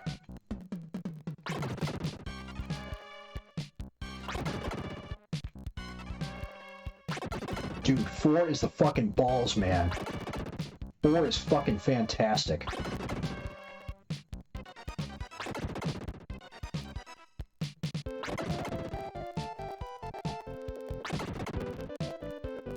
Love that soundtrack. That gritty FM synthesis. I do think some of the tracks in Phantasy Star 4 are a bit gritty for Phantasy Star 4's overall theme, but the music is still terrific. And that game is very respectful of your time. It doesn't treat you like an idiot.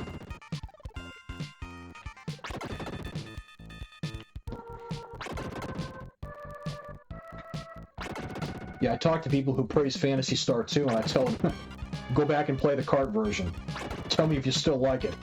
I'll be waiting here. He'd have to be a real fucked up masochist to appreciate that.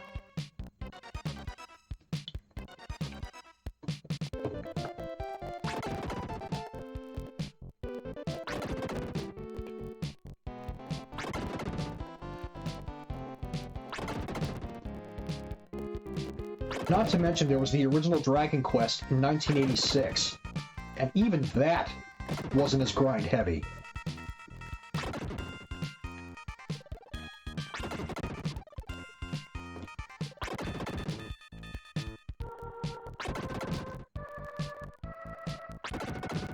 Yeah, I am not making level 45 tonight, under my time limit. So 44 is going to be it, but I'll at least keep grinding this right up until we gotta wrap it up.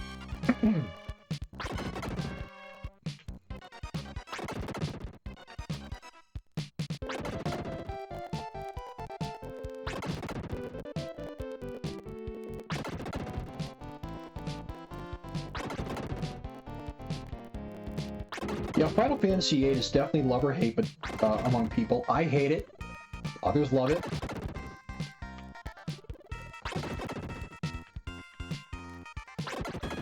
Yeah, Thousand Arms had a lot of neat things going for it, but yeah, the battle system was fucking rubbish. Sometimes trying to be different is... Let me say that again. Sometimes trying to be different is not a good thing. Sometimes it's just best to stick with what works. Don't try to innovate if you don't know what the fuck you're doing.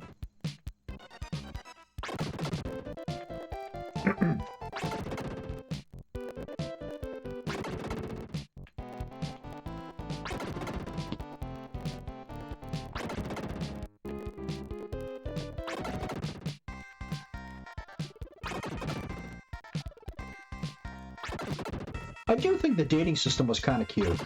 I hadn't played many games that had a feature like that.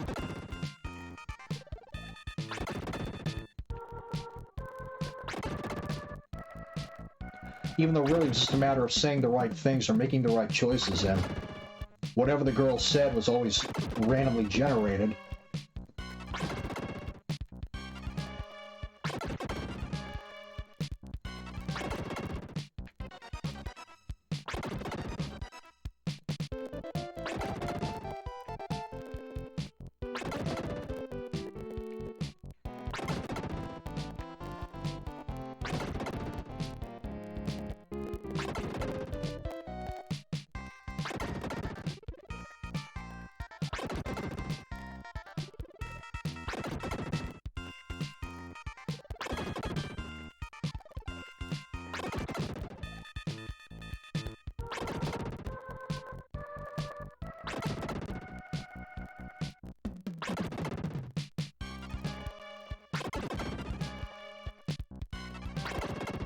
I do like a good love story, don't get me wrong.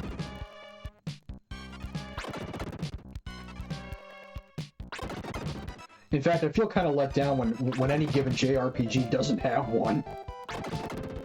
It's got to be a good dynamic, though. The two characters have to be a good match for each other, they got to have the right personalities, and it's got to make sense why they come together. I'm not one for pairing two characters up just because I want to see it. It's got to work, it's got to make sense.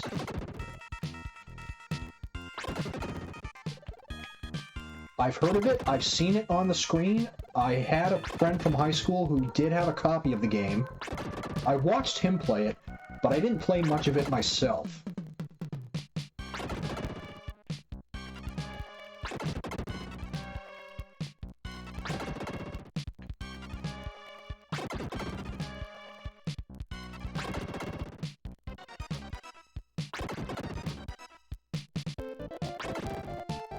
Damn it. Walked away too soon.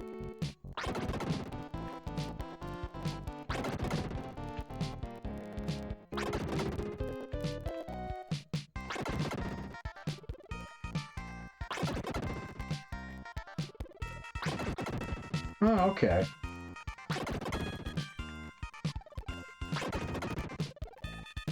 If I recall correctly, when I saw it on the screen, I was getting some Pokemon vibes out of it. Then again, it's been years since I've seen it on the screen, let alone even any YouTube footage, so I could be totally wrong there. Although you could probably answer that for me right now.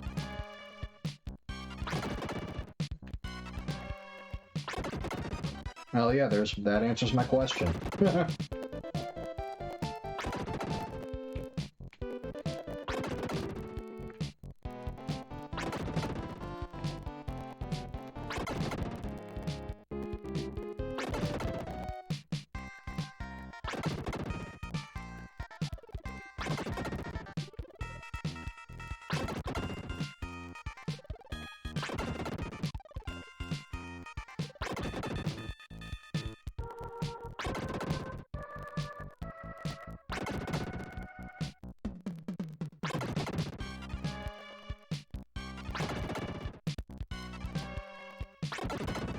I did not know Azure Dreams had that. I didn't play it long enough to find out. I couldn't get into the game. I didn't enjoy it. The fun factor didn't really kick in. I don't know if the fun factor kicks in immediately or if I have to give it more time, but it didn't happen for me within the 1 hour time limit.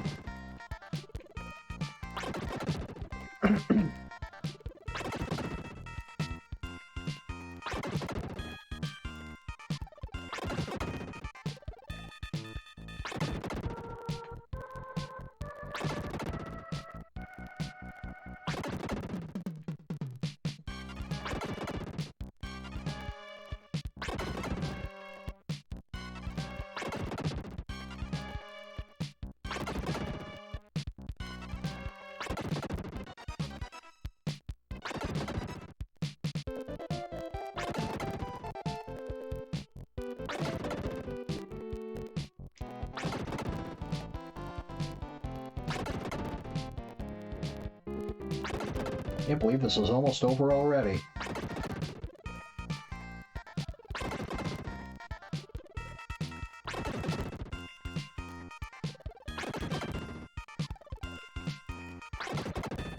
Oh, I know whose logo is on that jewel case. And it's sad to see it too, because it was the classic red-orange cross logo that we grew up with.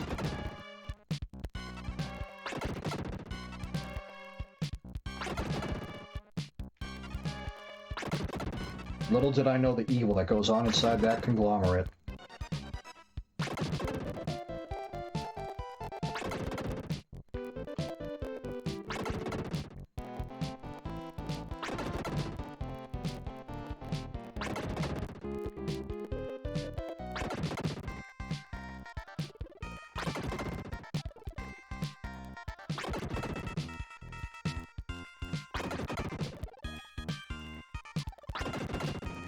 So it sounds very customizable. Of course, I bought my copy in the aftermarket, so those fuckheads didn't get my money anyway. I can't remember the last time they did get any of my money. It's for the best.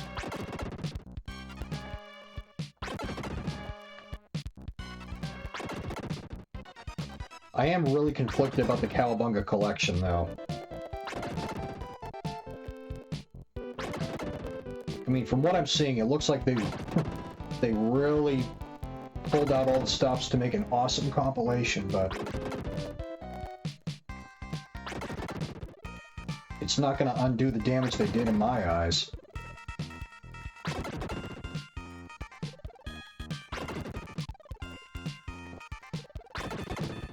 In fact, I don't even know if a full HD remake of Snatcher would be enough.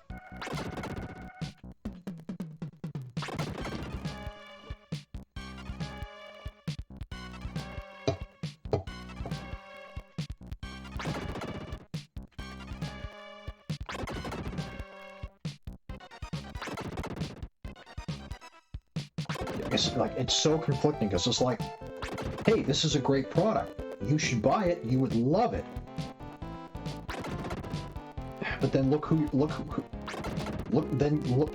your money's going. Look who you're giving your money to. Look what they do with that money. Ugh. Yeah, same here.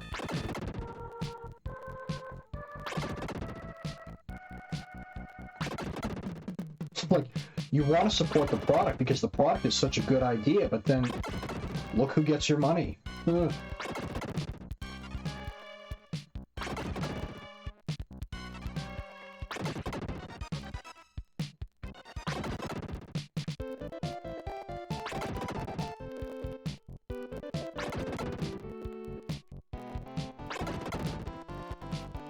I mean, it's why I won't take my wife to Disney World. She's been asking me about that for I don't know how long now. A few years, in fact, I think.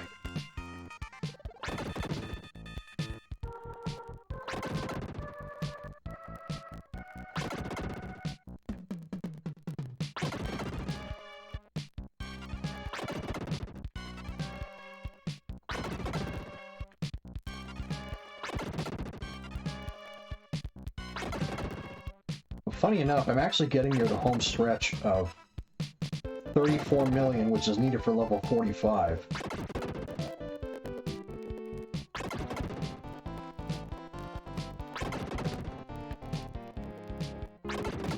Oh, dude, that reminds me. I mean, this is going to be on YouTube later, but fuck it, my opinion matters more. My opinion matters more to me, as far as I'm concerned. But I would so love to set my PC up in front of the front door of their headquarters and just illegally download a bunch of their games right in front of their faces, just to spite them.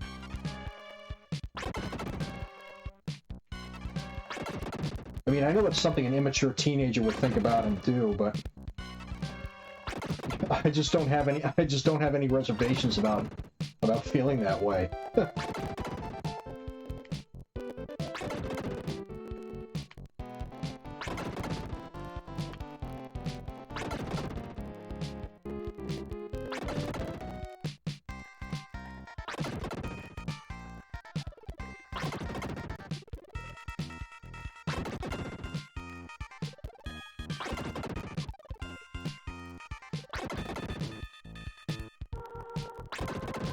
Oh, so would I. Absolutely, I would enjoy that. I would love to watch them get angry about it. Like, what's his dark face from Star Wars? Good, let the hate flow through you?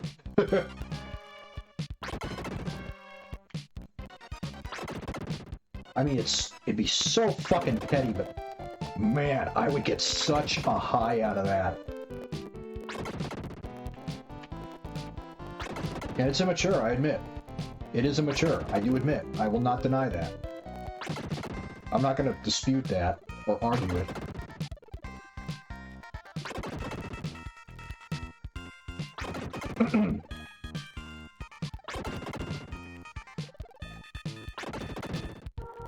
Yeah, I would have little to no qualms about stirring their pot.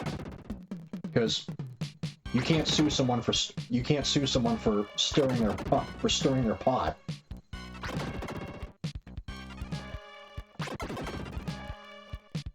It's not illegal to be annoying.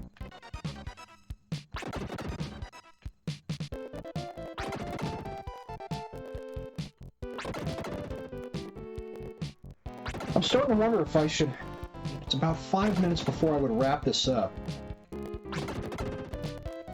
I should probably go for 34 million since I'm so close anyway.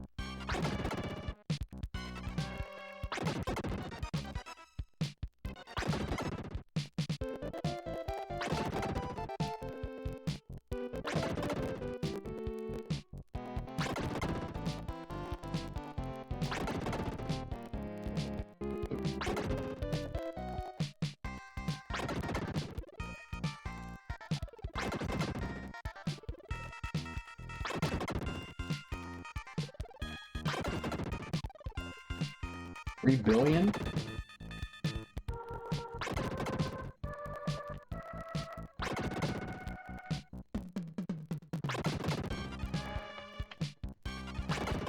If you're talking about my experience, then you can't even get up to $1 billion in this game.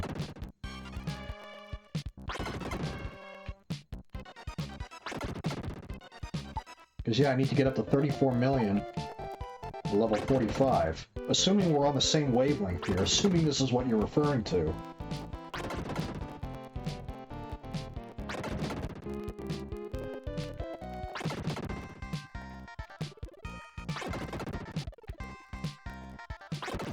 Unless you leave another comment to clarify what you mean, I'm kind of at a loss here.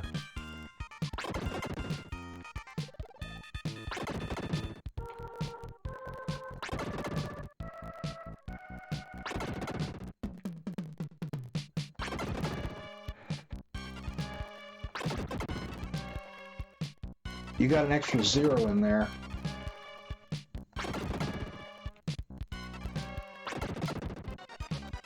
Because with the 3, you would need 6 zeros to make that 3 million. You got 7 zeros there.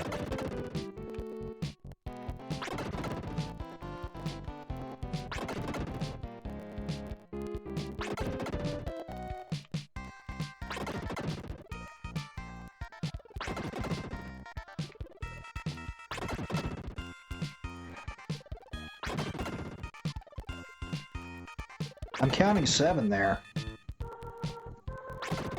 Anyway, I'm still at a loss of what we're referring to.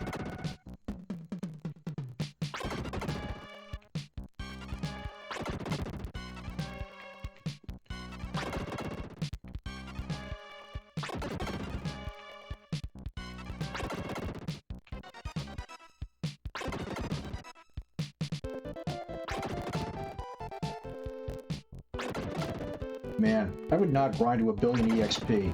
There would have to be a really good spot to count up the EXP if I needed that much for anything. Yeah, there it is. That's 3 million.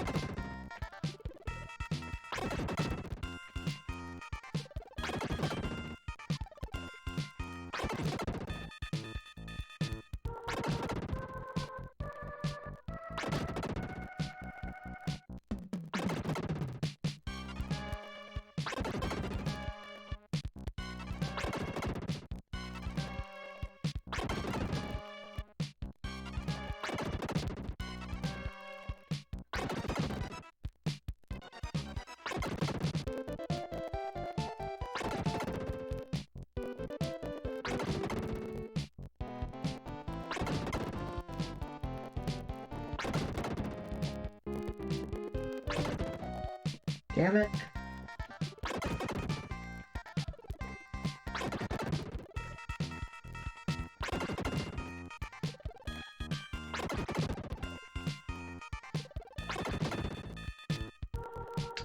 Right, 99,999,999.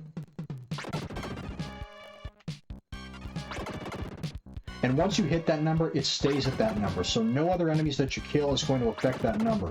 It doesn't roll over either. It stops at that number.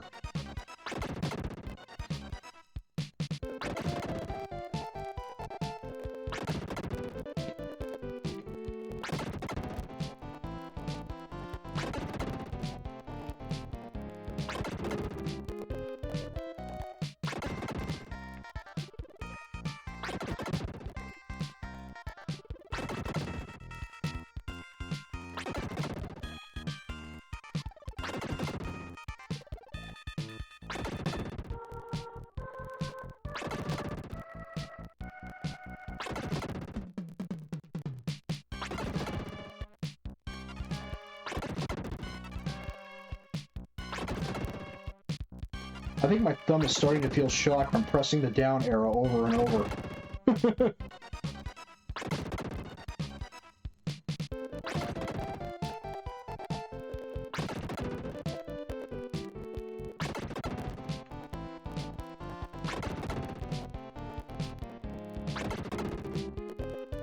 No, I never did. Did you go all the way to level 50 in that? If so, congratulations, but oh my god. I mean, I've done it myself, so I can't be hypocritical here.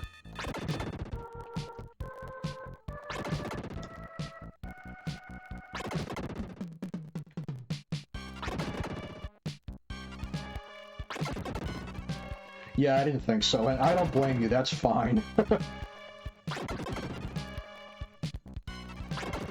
I mean, I'll be at level 45 by the time I officially end this, and 45 is, I think, is a fairly satisfying number.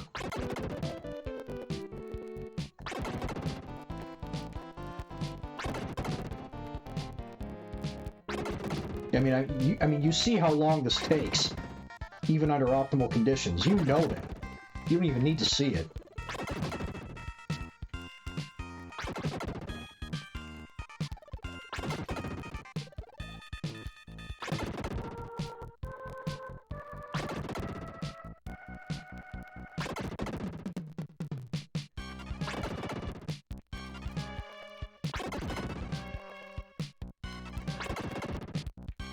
You know, interestingly enough, on my level 50 data, I have like 65,000 something gems. How I accumulated that many, I have no idea.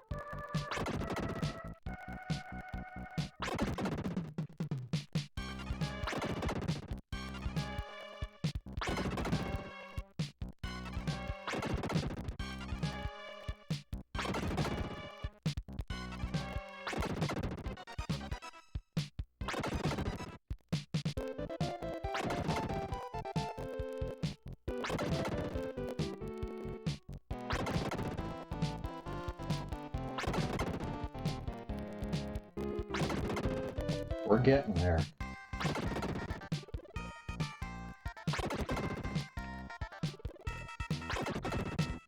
Lagoon, yeah, I played that a while ago. Many years ago, in fact. Not when it was new, but I did play it. That's on the PC 8801 in Japan, if I'm not mistaken. I think it started on that computer.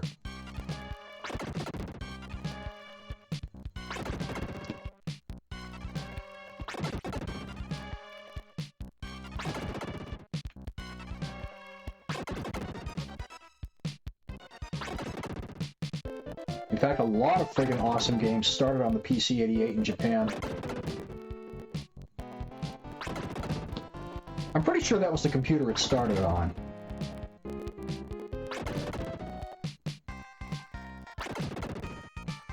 Sylphid, Ancient Land of Ys.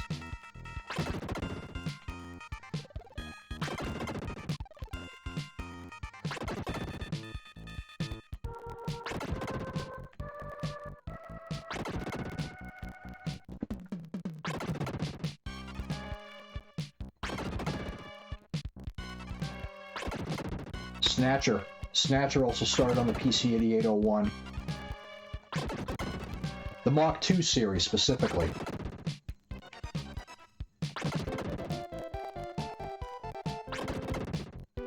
You'll have a hell of a time trying to find an original of that. You ever try looking for the PC 8801 version of Snatcher? Not easy to find.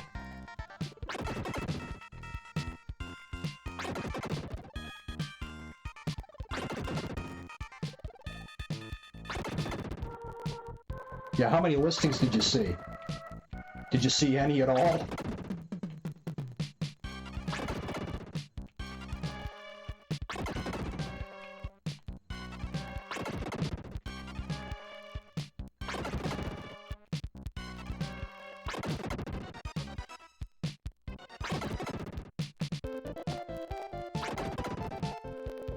Well, as a special little bonus to distract us, make things a little interesting here.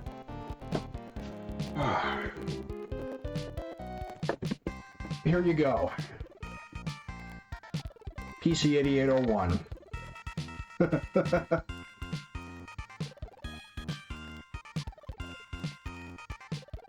Someone even had the courtesy to leave the Konami sticker intact, which was used as the seal when you first bought the game new. Yeah, dude. Took me 10 years to find one of these fucking things.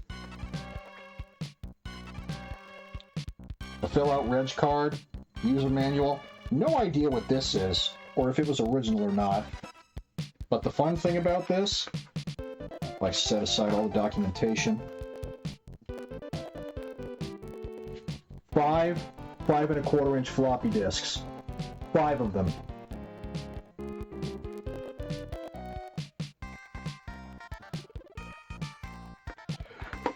$200 US.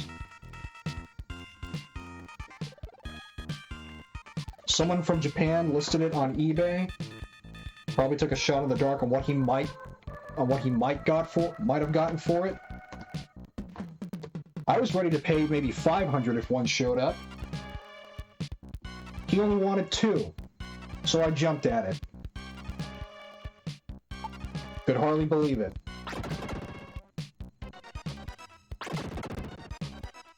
Funny enough, as hard as it is to find the PC-8801 version, it doesn't sell for nearly what the English Sega CD version goes for now. The North American release? My God. I mean, you could find that for sale at any given time. But look at what it goes for compared to the PC-88. I simply wanted an original PC-88 copy because I'm a super fan of the game. Much like that Apple II box Prince of Persia I have. I showed you that, didn't I? I simply wanted that because I'm a fan. And wanted, you know, the first incarnation of it. Which, again, was not easy to find. I pretty much had to wait for someone to put one up for sale before I could take a shot at getting it.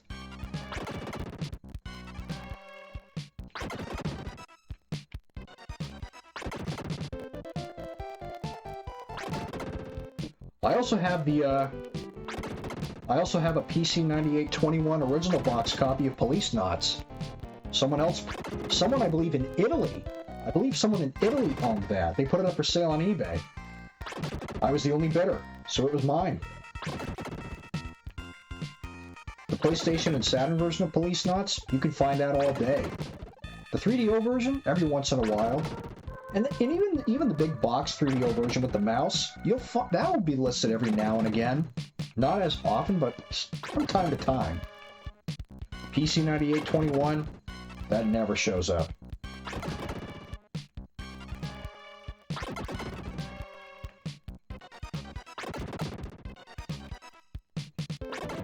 Yeah, I've mentioned before, there was an Apple II release of that I'll be meaning to purchase in the future. I think that was the same guy that designed Might and Magic.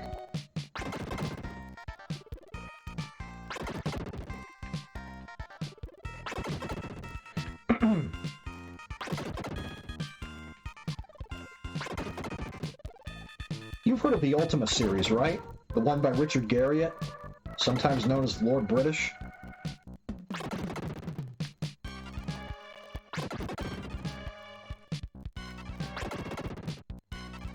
Yeah, of course you do. About half a year ago or so, someone actually... Have you ever seen the original Ultima in its original June 1981 packaging? Someone actually put one of those up for sale on eBay several months back. Interestingly enough, the original Ultima in its original June 1981 iteration, it wasn't even packaged in a box. It was packaged inside a plastic baggie with an Ultima poster slipcover inside it, acting as the front cover for the game, with instruction manual, 2 5¼ floppy disks, I believe, and maybe some additional documentation from Richard Garriott. Not sure about that. Somebody put one of those up for sale on eBay, sold for $1,600.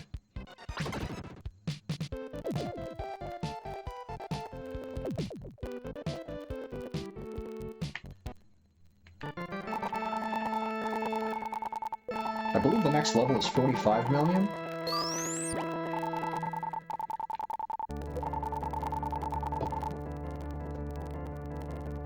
Someone else also put up Sierra's Mystery House for the Apple II, complete. That sold for a little over $2,000.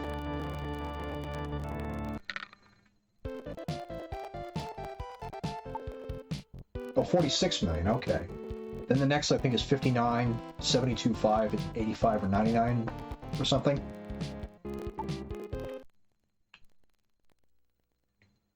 Well, let's finish this.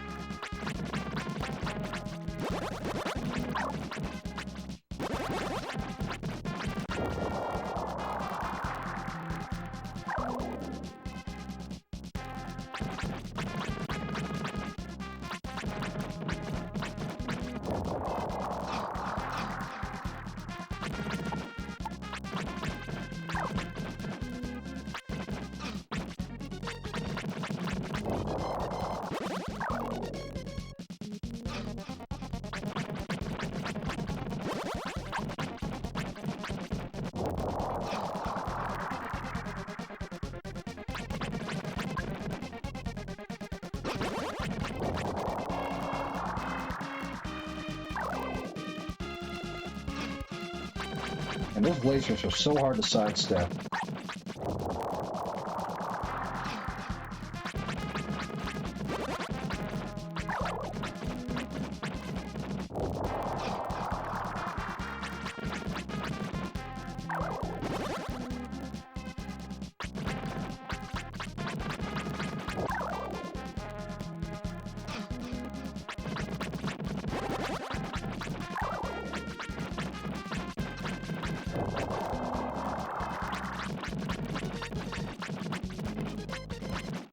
They were deleted? What the hell happened?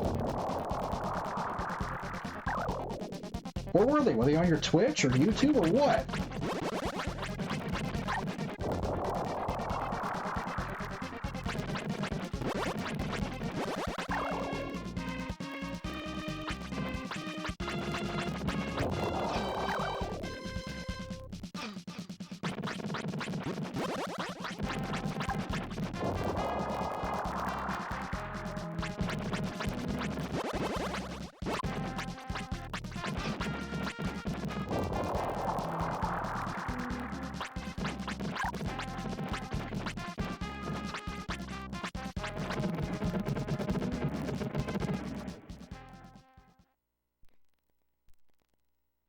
Oh, jeez.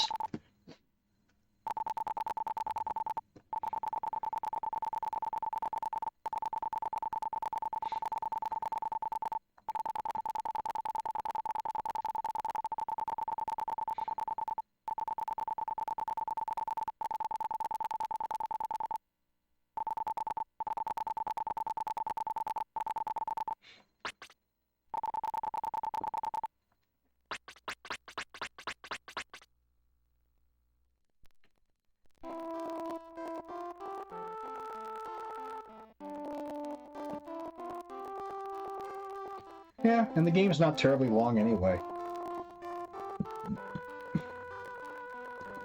I probably could have done this in 2 parts if my streams were longer. No, in fact, I could have. Definitely could have.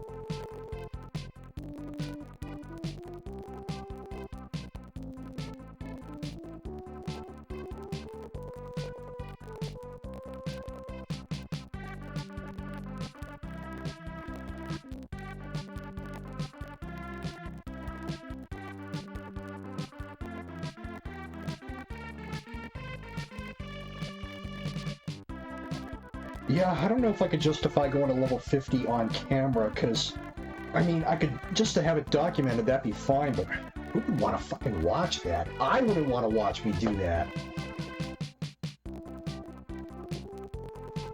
Ugh.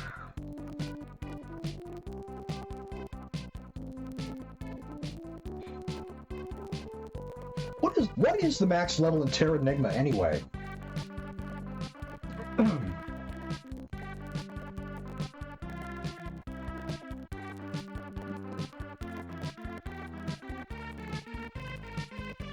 Yeah.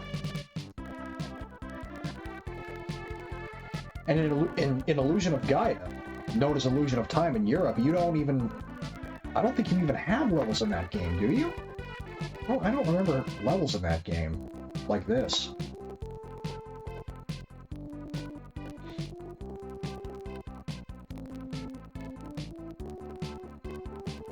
Yeah, I didn't think there were.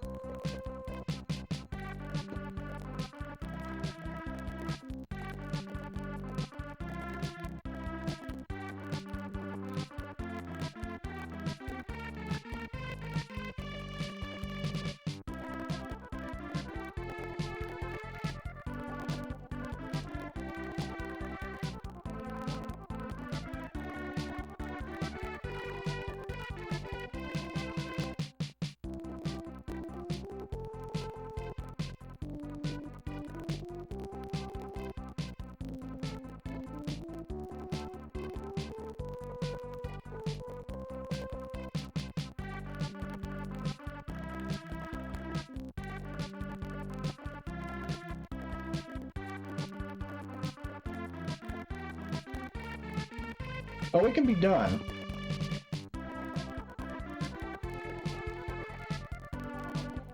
If you did it once, you can do it again. That's how I look at things for the most part. Why did I visit you? Because I'm busy streaming, that's why.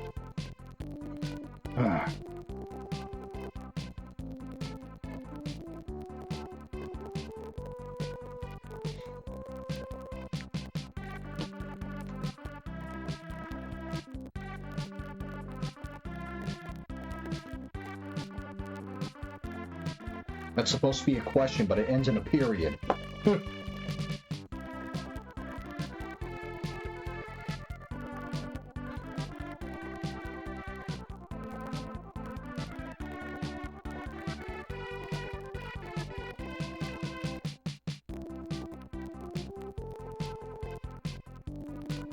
His grave is standing alone.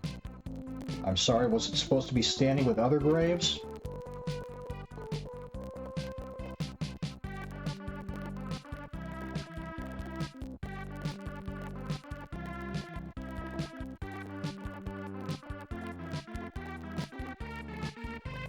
Yeah, he's a recurring character in these games.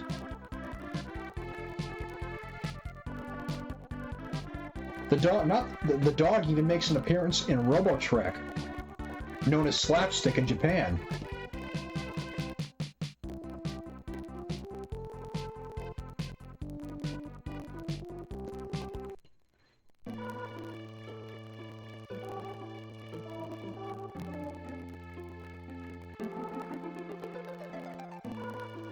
I didn't mind that game so much. It wasn't perfect, but I thought it was neat for what it was.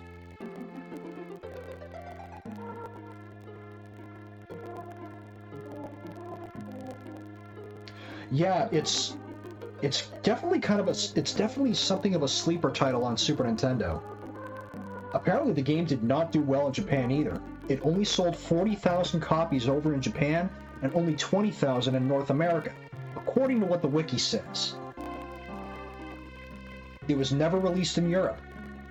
But when somebody hacked it to get the game's code, they found alphabet characters for the French and German language, suggesting that they intended to release it in Europe at one point in time, but that never happened.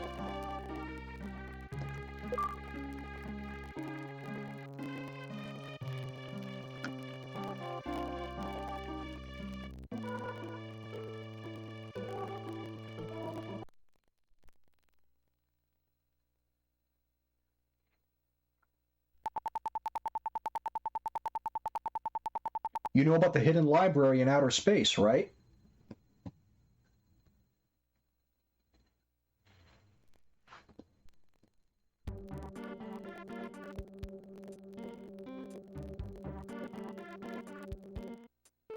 I always liked this scene.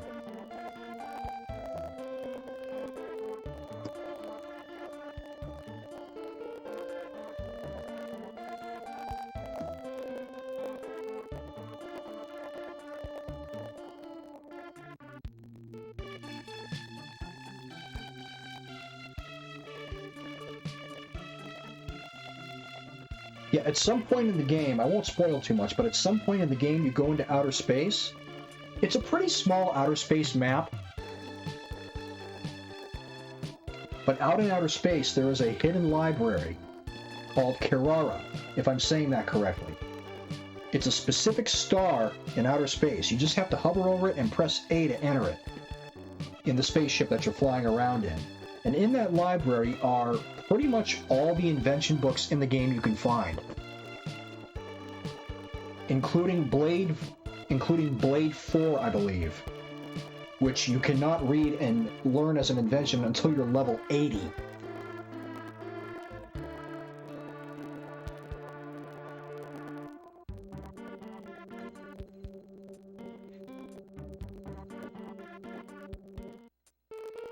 Am I supposed to click this?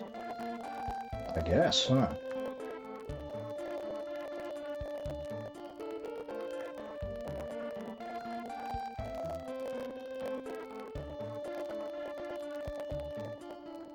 She had a more anime appearance in the Japanese version. Her eyes were bigger.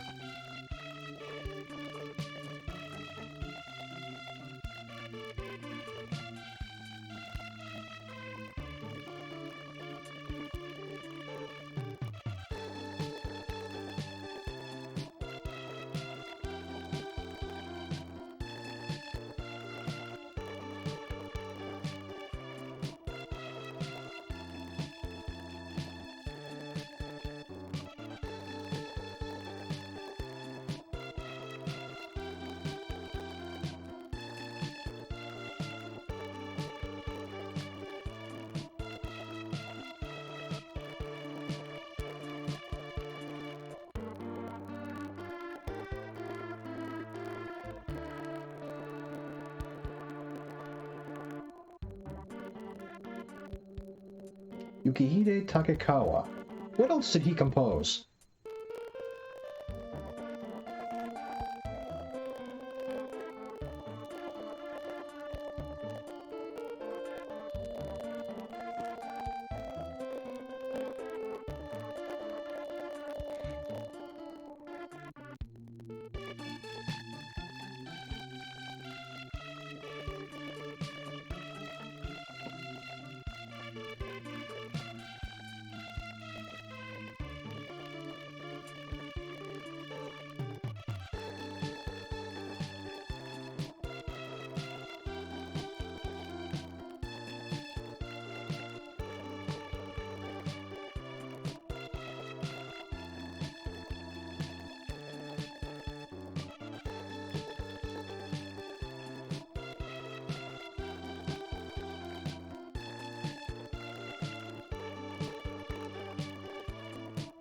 They did. Actraiser was composed by, debatably my favorite composer, Yuzo Koshiro, who we all adore for the Streets of Rage trilogy.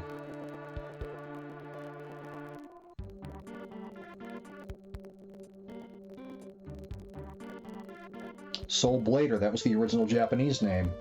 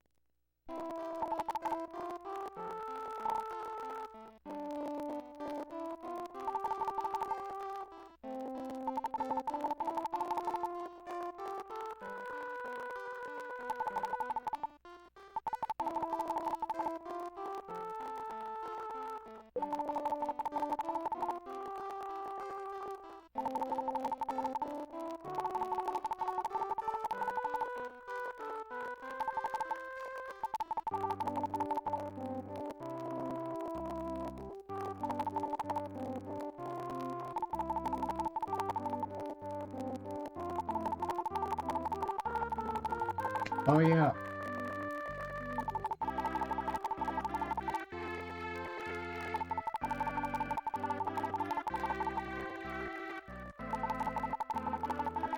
Just make new memories. All for the better. In all fairness, though, you did a huge favor to Lufia by having her memory wiped clean. Even though you didn't do it yourself.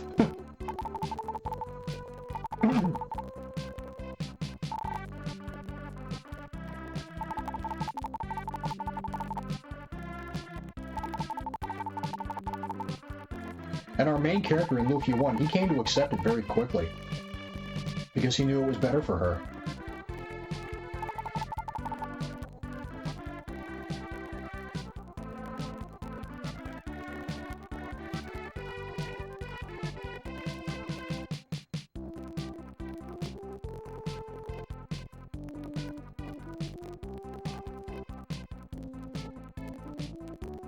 And that screen, I don't think it's going to do anything else. As far as I know, it doesn't. Does it? I don't think there's anything else after this.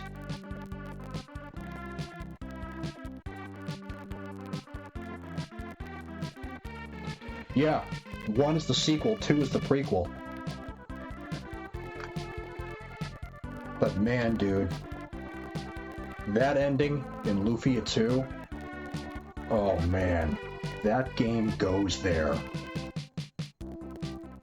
And that was 1995 in Japan, 96 in North America.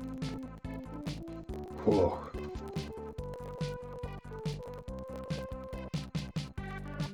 I streamed that more than a year and a half ago when I got that, when I finished it and I got that ending and I was narrating what was happening, I got all misty-eyed. And I think what also made it easier for me to get emotional was because I had been playing that game for years. So when I saw that ending again and experienced it, you know, as a much more older, matured individual, yeah, that's when it hit harder. It's bittersweet, but it works so well. God, it worked so well. Ooh.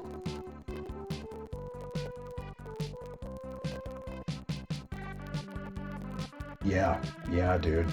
It goes there. It really does. But man, did it work. It really worked. Huh. And that song that you hear when you're trying to redirect the island, what is that song called?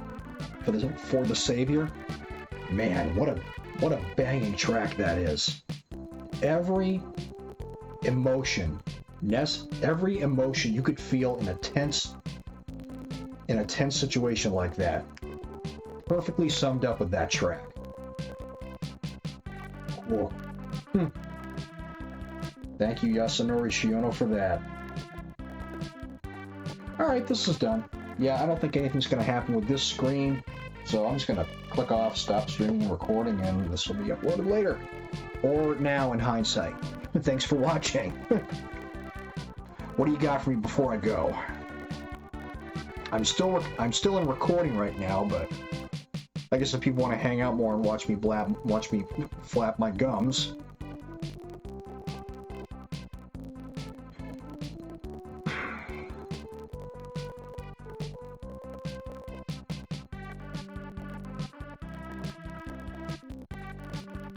Oh, dude, it's a link. I forgot.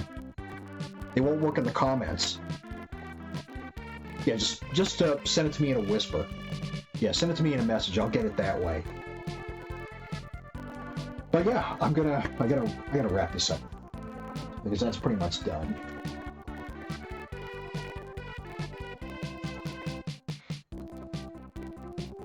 But yeah, Dude Terror, thanks again for coming in, and thanks everyone else for watching. In retrospect, I really appreciate it. And yeah, there's the message. Cool, got it. And I will see you all later. Take care now.